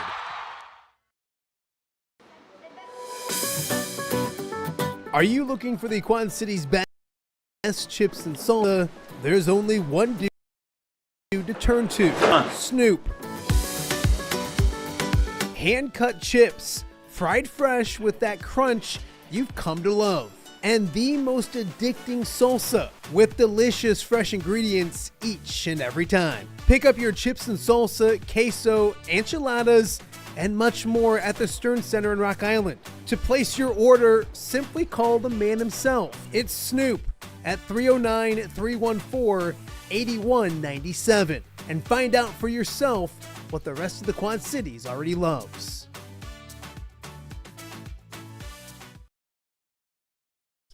It's all about product placement when it comes to Snoop, the best chips and salsa in town. Welcome back to Off the Air with Matt Randazzo. Debut episode. Want to thank everyone for joining. Thank everyone for commenting in the YouTube channel as well. If you have not subscribed, please do so. If you're watching this later, please do so you know each and every day when we come on air. It'll be from 10 till about noon each and every day. Also, make sure you like it.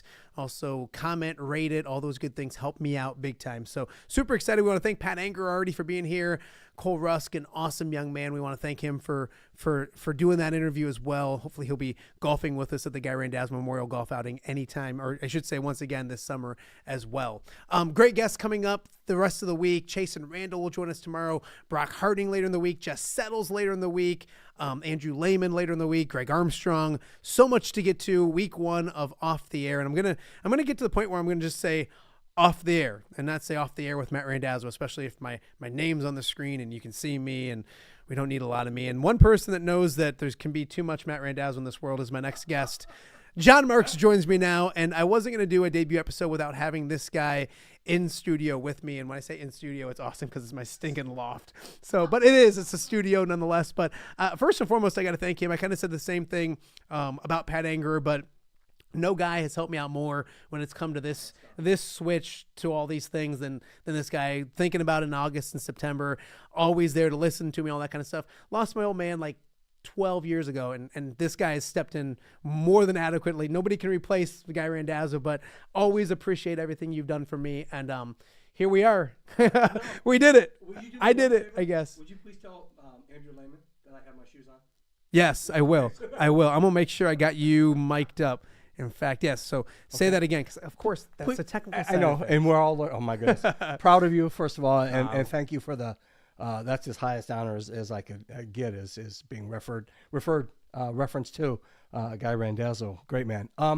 Please, Andrew, if you're watching, or Andrew Lehman, one of my all-time favorite people with the John Deere Classic, even away from the John Deere Classic, one of my all-time favorite people, that I am wearing my shoes. Yeah. I'm 100. And my feet get cold. Yes. So Jennifer Randazzo, I apologize. Tanya Marks, I apologize for having my shoes on. We got 4 dirty little boys running around here. Trust me, John Marks' shoes is not going to hurt anything whatsoever. So no, excited about this because it's something where you're doing something different in life after doing something for a long time, and I've watched you kind of do that. Obviously, newspaper wise, you were a sports columnist for the longest time, then just a columnist doing all those kind of things. Now you've transitioned, you're doing MediaCom. You literally do a little bit of everything, which I think is awesome. But kind of talk to me about that because things kind of change in life. My goodness. And you have to evolve with where the businesses, I guess, are going, if that makes any sense. 100 years ago, one of my dearest friends started Rock Valley Physical Therapy. And Maddie, I'm not a therapist. I asked him 100 times if I could buy in and be part of that. And it's a therapist-owned, therapist-led entity. So always I said, Steve, if ever I get out of this business, is there something that I could help you better the brand of Rock Valley? Yes. So I went on. Always had that kind of, I thought I had that help in my hip pocket. And then eventually, someone says, hey, we're going to offer you a buyout that won't be here in February. Or might not be here in February, and we're going to make drastic cuts in that time. And everyone knows the newspaper business has changed. No hard feelings whatsoever. So I was lucky. No one showed up at my door, my office door, and said, "Put your stuff in a box. You got 15 minutes before security." And I took it, and oh my God, it's been the best 4 years I've ever had. Yeah. You look at and if Mark Nessler's listening to this, watching this, ever does watch it, he's going to come out here. Ness, I'm going to be bugging you. But you got people like that. You got Steve Tappa, God rest his soul. Yep. People that don't get to go out the way they want to. Jeff Wendland, exactly the same way. So to get to, and you have to evolve. And we'll look back at it because it seems like yesterday I was living in my old neighborhood and you were the cool sports guy up the street with Mark Nessler. Yep. And I was reading the paper in the morning and I was reading the paper in the afternoon when the dispatch came out. And listen to K-Jock. And it's, exactly. And you have the K-Jocks. And I'm not saying anything's changing when it comes to local TV or anything like that. I'm just saying you have to be able in this world to evolve and to change. Yep. And I think that's something that, I always talk to my boys about getting out of their comfort zone. If you're doing something and you're too comfortable in life, you're probably not doing it to the best of your ability. And here I was in my own comfort zone doing those kind of things. Look at sports big picture wise or local sports because it's still there. It's still thriving. It's just in different ways. And I think MediaCom 22 is a great example of that, to watch live sports. And that's something you do with Pete Ivanek all the time. And you. Sarah's amazing. I get to fill in and you put up with me every once in a while. Talk about that and just different venues to get the same quality youth sports, high school sports, what kids are doing. Great question. The one of the most, you and I were taught the same way, is local cells, hyper local cells, and the fact that young people taking them to the masses has always been always been a positive. A wise man said, "Hey, you should have something written or shown nicely about you in high school and before you die." So always have before that obit something nice should be said or done about you. I think give Fred Klauke, who helped get this started, and now Sarah Zabaldil has picked it up and run with it. Maddie, it's great because we're live. It used to be tape delayed, and the questions were, well, now if those shut-ins or those people that can't get to the game, or moms and dads that want to watch it the next day, fine. But if you can't get to the game, we're live now on at 7 o'clock on a Friday, and you can see Bettendorf versus Davenport West. You can see Rock Island UT like this week. You can see the Geneseo Invitational Wrestling Tournament that the MAC Wrestling. You can all sorts of things. North Scott football. Yeah. What a great atmosphere. You can catch that, Rock Island Moline. Live. Well, and that's one of the things we kind of changed with the score in WQAD is we tried to stay at games longer. Yes. Because it's hard to get there, and you're hoping to. And one of the things I said to my wife is like, maybe one of our kids one day will, I would have covered them in a way. And my wife was like, yeah, you could hop in the corner of the gym for a second and then leave, or we can go get a pizza and watch the game as parents. And that's appealing. But like when it comes to MediaCom, I guess my point is the more that you can give people, the better. And I think they don't, I don't want to say just want the 45 seconds of highlights, because there's nothing wrong with that. And that's something, and it's very important. But you look at some of the podcasts, Greg Armstrong and the View from the West podcast, phenomenal. Not only do they want like to watch the whole games, and if it's not MediaCom, you can watch it on like YouTube. Any streaming, streaming's everything. God bless them. Yeah, and then they want the analysis, so that's when like the View from the West comes in, or maybe this or whatever, and they not only just want to see it, but they also want to be talked about and analyzed and figured out which team's going to do that. I think that's the cool part, is like our local sports are so important around here, and I think the platforms are becoming. People are so sad about like. Newspaper's not the same way it used to be. Okay. This isn't the same way. The coverage is still there.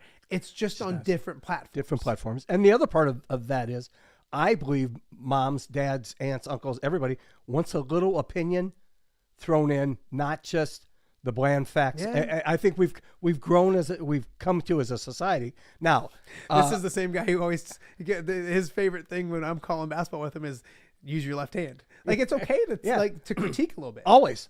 Well, then I'm going to overplay to the right. Yeah. You shouldn't. Okay. You're there to analyze. Yes, but take that a step further. You shouldn't be playing at that level if you can't dribble with your left hand. Yeah. Should you be on a varsity roster, boys or girls, if you can't go left? Yeah, you're 100%. Or right. You're 100% All right. Here we go. But I think there's a little more to it. That there's a little more substance when you have that live game where we're providing description and analysis. Yeah. And what would we have done as kids, Maddie? I swear it's somewhere deep in the dark recesses of one home somewhere is a cassette tape. Because he's got multiple homes. I mean, John Marks, man, I'm telling you. Hey, I just had to have Anger tell me how rich I was for like last 15 minutes, 20 minutes. So. Of Don Sharp doing an Allman High School football game in 1975 when tackle by me. How great was that? I talked with Chasen Randall yesterday. Full disclosure, Chasen's on the show tomorrow. We taped it yesterday because Chasen's super busy, and he said to me, and you'll hear it, is we used to go home as fast as we can to find out what Matt Randazzo put as my highlight here and there, which is one weird because we like to have egos. We both have them. But like you don't think of it that way. You don't think of. I just always thought of it, and Dan Pearson taught me this: was your job is not to be on TV. Your job is to put them on TV. Yep. So to hear him say like we were doing a certain thing, but like that's how they grew up. And this is Chasen, which it's weird because you think that was just yesterday. That's 12, 13 years ago now. And it's just, things have kind of changed a little bit when it comes to all that kind of stuff. We won't just harp on local media. We could talk about this, trust me, forever, all day long. But all day long, not all day long. It's all day. And it's never first annual. It's always inaugural. See, this guy has taught me some good things, taught me some bad things. Mark Nessler taught me. Let's talk quickly about college football. And I think we're going to start with the transfer portal kind of stuff, because I do want to, and one thing about getting out of the business is I love to do feature stories and spotlight young athletes, and not just to buddy you up a little bit, but Jackson Marks, your son, one of the, and I won't make you say it, one of the best long snappers in college football. Had a great year at UMass. I think his PFF ratings were like second or third in the nation. UMass had a change, so now he got in the transfer portal. He's going to SEMO. Started at South Dakota and started at Mount Marty University. Mount Marty, that's right. To play linebacker. Yes. So now you're looking at 4 colleges, and that's. But there's the good of the transfer portal, and I think Jackson's a perfect example of like coaching changes, finding a spot. Advancing, doing better, those kind of things. Cole Rusk was a perfect example, last guy. And then you have the guys looking for money, and I'm not saying that's not a bad thing, because hey, if you can get paid, get paid. Just, I guess, what's your thought process on college football, where it's become here in 2025? Okay, I love the fact that, and we'll use Jackson as an example, went to college to play linebacker and long snapper for a man who was a friend of mine, who offered him a full ride to play at the NAIA level in South Dakota for his program. Then had a family issue, and then turned it over to the beauty of it. He turned it over to an Allman guy, to John Micheletti at Mount Marty University in Yankton, South Dakota. So Jackson went and played, was an All-American long snapper. Somebody from USD saw him snap, went to their staff, said, "Hey, we gotta have this guy, and he can help us." They had an All-American. He had to wait. Left, went to his coach. Left, his special teams coach. So he followed, got to UMass, as you said, played against Missouri, played at Georgia.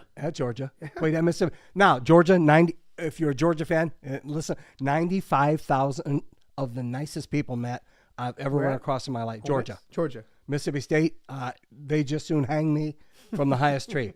And the cowbell, and they were Yankee this and Yankee that, and you ain't from around here, are you? Yeah, and that's fine. It was I was in your house, but I had nowhere to go. So Missouri, etc. Yes, had a really nice year. Their whole staff got the axe, and except for I think the offensive line coach, and he and his special teams coordinator, our mouses are tight. I mean, so yes, and then they make calls, and he's not. Jackson is a specialist, so God bless that. But I don't think he's a Division I linebacker, but he played at the NAIA level. And I know he's not a Division I linebacker, but he is a Division I long snapper.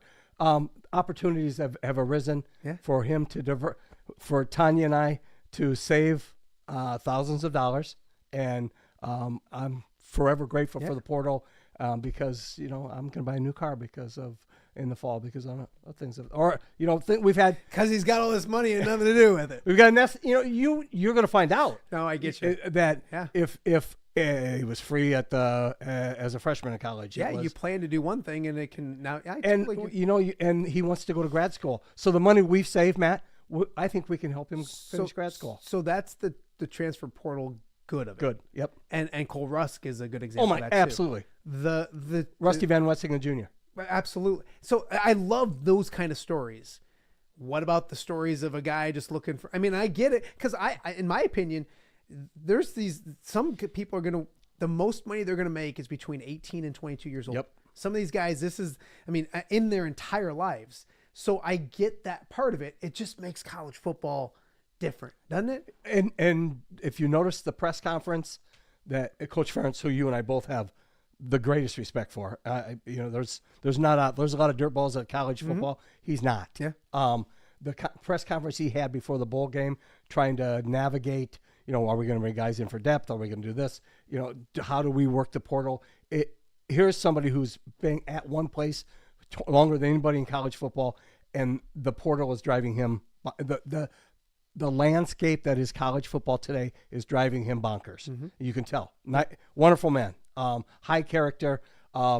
Marcus Freeman, another guy. Notre Dame doesn't really do as much, but it bothers him that they have to bring in. It's just the highest bidder. Well, you have Dabo Sweeney at Clemson, who doesn't want any part of it. Yeah. He wants to develop players. Thank you. I think Iowa's doing a good job of not making it their school, but using it when they need to. It's funny. I keep looking at my phone and I feel bad.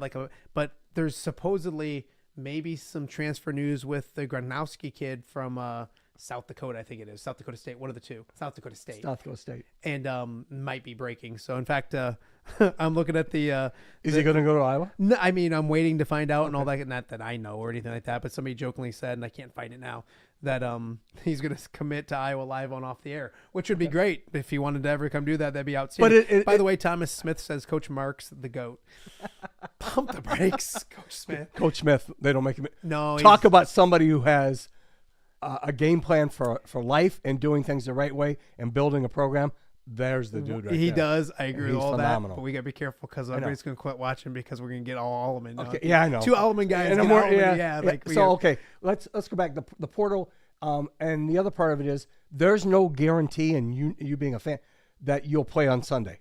There's never a guarantee. yeah. There's somebody bigger, faster, stronger. If you're that college elite guy and someone's willing to pay you and give you, I don't know where some people come from, Matt. You and I grew up in a 2-parent household where we didn't worry about that night's meal, and we didn't worry about what was on the corner. Yeah. So take it, set yourself up, set your family up, whatever you can get out of it, fine. Again, it's provided my wife and I X amount of dollars for not having to pay for school to maybe put away when he wants to be a physical therapist to help him with grad school. Yeah, no, absolutely. College football semifinals coming up this week. Notre Dame is in there. God bless them. Besides Iowa, Notre Dame is one of your teams as well. We have a young gentleman there. Played the other day. Check us out back on the field after tore a pec. Yep. Which is awesome to see him back out there. Obviously started the bowl game last year at left tackle, was going to start left tackle this year. He's eventually going to do good things. So I guess first Charles Jugsaw back being healthy, and that's great to see him. I'm going to make sure he gets in here when he gets home. Hopefully it's a couple weeks away after winning a national championship maybe. And after coaching football for 30 years, he ranks in the top 5 of high character young people. He ranks with the Carpitas and the Jack Paddings and my son of high character young people that I had the opportunity to be around. Mm-hmm. So the first and foremost, great kid. It was nice he played on special teams. 2 Allman kids played against Georgia this year. Yeah. It was a beautiful thing. Again, with too much Allman, but great player. He's got as good a feet as anybody 6'7" as I've ever seen. Yeah. Is he Joe Alt? No. Can he be an inside presence? Maybe he'll play tackle, maybe he'll play guard, but it's there. They're going to find a place for him next well, year. He played on he had just gotten back from injury. Funny how he found a spot on the special team to play on their extra point, etc. So gifted, phenomenal young man, just the type of kid that you would love to hang out with. I want to when you talk, I'm reading comments at the same time as doing this. I shouldn't be doing all that. All of a sudden, my buddy Tom Stoner's checking in from Jamaica. Must be nice. Got some Lions fans on here as well. But go Lions! Yeah, no, we're gonna talk about them. Don't you worry. Not to date you, but Penn State Notre Dame feels like something when I was 7 years old. 1977, 78. With something in the fireplace, like a fire in the fireplace, and I'm watching an old school great college matchup, and it's the white helmets of Penn State. How fun is that going to be? And is it kind of break that one down for me? Is Notre Dame good enough to get past Penn State? I believe that they run the football well enough to do that, even though there's a really strong front on the Penn State side. Notre Dame's going to have to throw the ball for more than 90 yards in a football game to win. But, the best play Notre Dame ran the other night is an old-fashioned quarterback trap with Riley Leonard, and they'll go. If it ain't broke, don't fix it. Nope, absolutely. And again, I'm that guy. 3 things can happen when the football's in the air, and 2 of them are bad. So I am of that belief to run it till they tell you can't. I think special teams will play something. Notre Dame now has a healthy kicker. You're good now from 35 to 50, and I think that'll play a difference. Come on, James Franklin can't win the big game. Stop. Please, James Franklin is an elite college football coach, an elite human being. Marcus Freeman is. I hope he does not entertain one NFL, but we'll get to your Bears in a second. I know the phone is buzzing, but he's as high character as a college football coach. He's right there with Coach Ferentz when it comes to those type people, and I hope he doesn't leave. Which is not the way college football always is. I don't think they beat Ohio. With all due respect, I don't think Notre Dame beats Ohio State in the championship, but maybe. See, Iowa fans hate James Franklin. Why? I think it goes. There was that home game a few years ago back in Iowa City. I'm not as high. They must on really James hate Franklin. PJ Fleck. Oh gosh, they can't stand him. I'm not as high on James Franklin as you are by any stretch, but Marcus Freeman, on the other hand, absolutely elite, good as they get. Elite person. So Notre Dame advances through, I believe. Ohio State was dead to right. I mean, they were. Ryan Day was fired. They lost to Michigan. Ryan Day was done. The best team that money could buy, $20 million, couldn't even beat Michigan. They're the most talented team left, and bar none. Then I'll pose a question to you and to anybody else. What can't Ryan Day do besides beat Michigan? I mean, besides what doesn't he know about the game? No. And he has the boosters or the NIL opportunity to as you said, buy the best roster. $20 million is what they say. I know, that's crazy. But he still knows how to. He wouldn't be coaching at Ohio State if he didn't know how to coach football. It's Texas, Ohio State. Texas just too much talent. I believe Ohio State just a little bit more.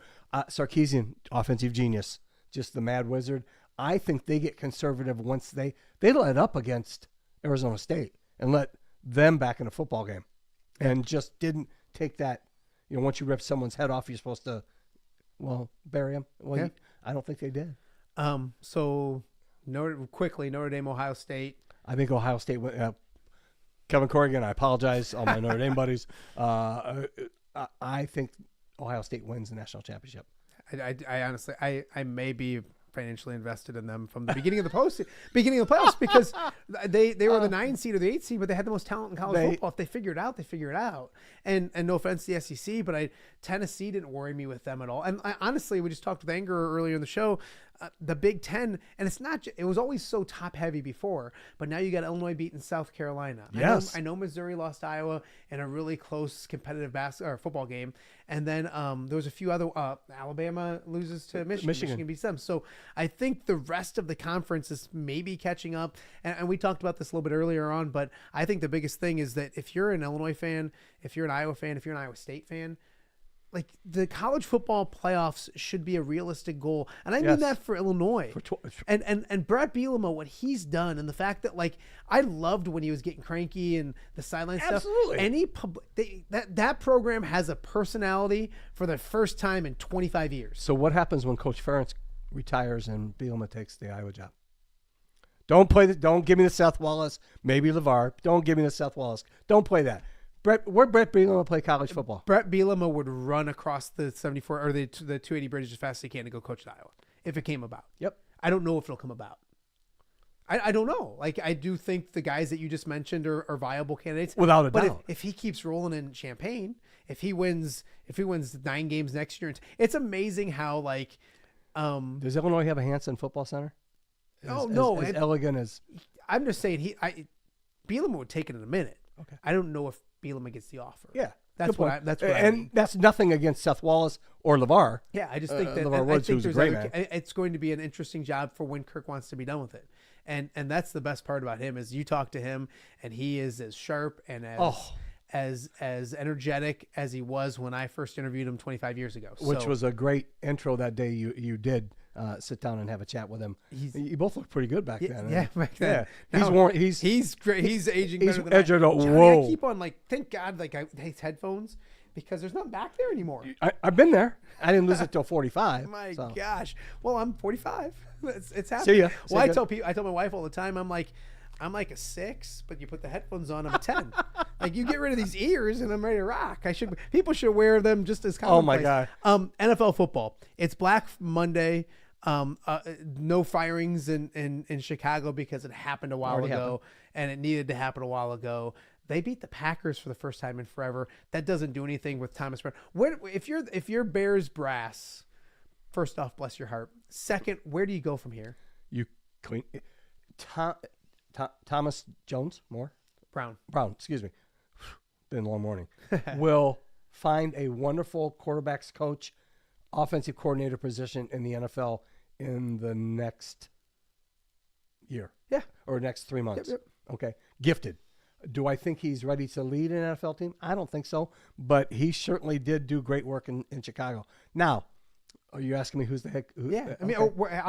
They're not going to pay Ben Johnson. I'll ask you this first. Is Ryan Poles survive this? Well, that's if they hire your guy, Ben Johnson, Ryan Poles is gone. Yeah. If Ryan Poles stays, Brian Flores, I believe, is the new head. No, I want Cliff Kingsbury. I want the ball all over the house. Yeah, I mean, when you have a quarter, and I don't want to get, and I hate passing. I have people watching this probably that think I'm too hard on Caleb Williams, and I'm not. I don't see the for sure stud quarterback. I'm not saying he's. Here's what I'll say when it comes to quarterbacks: is everyone threw Bryce Young away. after 1 year, and then after 3 games this year. Have you seen him last 6 Yes. games? I'm not saying he's a all-pro or anything like that, but you've got to get. And then last year they were ready to crown C.J. Stroud. He was the best quarterback You in the adjust world. to him. And now they adjust, and he struggles through his all. You've got to give all these guys 3 years. So yes, I think you have to. As someone who dislikes the Bears, as a Lions fan, Sure. I don't want Mike Vrabel around there. Because I think that's going to New England. yeah, and that's the thing is I think he's going to New England, but I think that's a guy who changes culture, and I think that's and there's nothing more annoying than a bratty Lions fan who's been miserable for all these years finally getting good and spouting their mouth off. But Johnny, I told you, if you would have told me 2 years ago that the Lions won 15 games, I was no longer working for WQAD, and I was doing a podcast upstairs with like Pat Anger and John Marks, I would have thought you were just drunk. Like I would have in no way, shape, or form. So, but I think the culture in Chicago simply has to change. But it's who owns the club, and what's the value of the club? But the club $6 billion, and yes, the ownership in Detroit stayed the same. I know. Sheila took over. Yes. A different family member took over, and she just said, "I'll get out of the way." And they hired the right guys. Yes. The ownership can still stay the same in Chicago. They just got to hire the right guys. But they're not I don't know gonna if pay. Kevin Warren's that guy. They're not going to pay. Yeah. Come on. They've survived all these. How many people were at the Bears game? And you understand this when 0-15, 0-6, whatever it was, 0-16. People were still in that arena. Mm-hmm. Well, there are people. Soldier Field was packed the other day. Come on. Yeah, that's NFL. The McCaskies know they have it cornered, and they don't care. Mike Ditka was the lowest paid NFL coach when he came back to work for Mr. Hallis. So, come on. If they want to be serious, if the Bears want to be serious, they're in a division with 3 fantastic head coaches: Cliff Kingsbury, Dan Campbell, Kevin O'Connell, and Matt LaFleur. Yep. They need to keep up with the rest of the division when it comes to and coaching in the NFL matters. It just does. And yes, X's and O's and the OCs and all those people make sense, but it trust me, as a guy who was just a crappy Lions fan for so long, it makes a difference. I found my Ditka, I think. If he's standing right there, right there. Dan Campbell. Tell him, boys. Absolutely. There he is. Tell me he isn't that difference maker. He's Dan Campbell. Mike Tomlin was that difference maker. He's Mike Ditka. Yeah. He's the tight end that came back and played for the franchise and the bite you tip, at the the grit, kneecaps. all that kind of stuff. Iowa City was pretty special. Thank you guys for watching Off the Air with Matt Randazzo. John Marks joining me now. We'll reset things. If you haven't subscribed, please subscribe. Anchor got after me about that. I say subscribe. Yeah. Subscribe. Okay. And actually, Charlie Since got when after did me he about start it. to enunciate? Yeah, no kidding. Maybe because you spend when he finally started putting 3-word syllables together, or 3-syllable words together. Well, you spend 12 Saturdays with Gary Dolphin, you learn how to talk. Yeah, no doubt. The right way. Please subscribe, like, rate, all that kind of stuff. We're just getting this thing rolling. Hopefully we continue to roll. I always told Johnny we're going to crawl before we walk before we run, and hopefully we get this thing rocking and rolling here real soon. But we're surviving our debut episode. I want to thank Johnny for being here. I want to talk about one more thing. We got about 8 minutes left, and we don't. I can go till 5 o'clock at night if I want to, because I don't have anybody in my ear telling me to shut up, but I won't, because nobody wants to hear this that long. But Iowa City yesterday, the Iowa women's basketball program, they lose to Maryland, but the lady that they honored, and I know they're going to honor 22 later this year, and it's going to be something special. But Lisa Bluder, almost, I don't want to say it gets forgotten about because of what Caitlin did and all that kind of stuff, but it was with a year full of huge stories and headlines for Iowa women's basketball. The fact that Lisa Bluder retired, I mean, that's the number one story any other year except for what they did and Caitlin Clark and all that kind of stuff. Class act started here at St. Ambrose. You knew her back in the day. They honored her. That's as good of a human being as they get in Lisa Bluder. And we talked about, we have mentioned Coach Ferentz and Marcus Freeman as being the highest of character. I'll tell you a story. Don Schneider, Duke Schneider, our friend, who still texts with Dave and Lisa, Dave Bluder and Lisa all the time. Lisa was speaking at a luncheon, and one of Don's buddies said, "Hey, come up and be my guest." And it wasn't a nightclub, but it was somebody's grit club type situation, and she didn't know he was coming.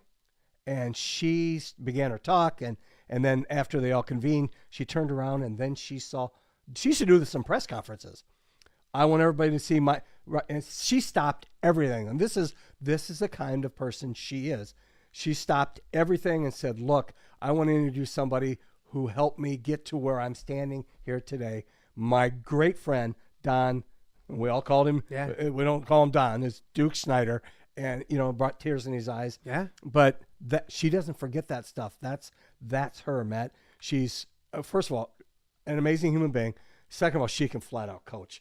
I mean, she was way ahead of her time at Ambrose when they won 33, and whatever it was, and get to the national tournament. If she would have stayed, they would have won a national championship. She took a dormant Drake team and took it with Jan Jensen as her assistant and took it to great heights. Yeah. That she left it in great. And the only other place she could have won a lot of places. The only other place she wanted to go was Iowa. Yeah. And when that opened up, I think after Coach Stringer went to Rutgers, well, natural choice. And she relates to everybody. She's the common person. She can sit with kings and presidents and treat them all the same way. She is the Billie Jean King quote, how they what pressure is something is a great thing to have. So she's a phenomenal person. She knows how to coach. Should there be more honors? Yeah, whatever the Naismith, her time is up to be part of the Naismith group. She'll be a Hall of Fame basketball coach. She deserves it. But yes, she built it. There were some lean years, not lean, but there weren't 25. Caitlin Clark is. But that's the thing. The misconception sometimes, and I think most people know what goes on, but they say, and no disrespect to Caitlin Clark, she was amazing, but she was doing really good things before. And she had National Players of the Year. Megan Gustafson. Yeah, absolutely. So, and they had success, and they won conference champion. So, obviously, Caitlin and Kate Martin and Gabby, they took that thing to a whole different level. I mean, it was so strange last year, Johnny, to we were leading with Iowa women's basketball. And I don't mean that in a negative way. I don't mean that in I get that. Just as in a surprising way. If you would have told me 10 years ago, 5 years ago, that I was leading my sportscast with Iowa women's basketball when the men maybe played or Illinois men played or all that kind of stuff. It's just amazing.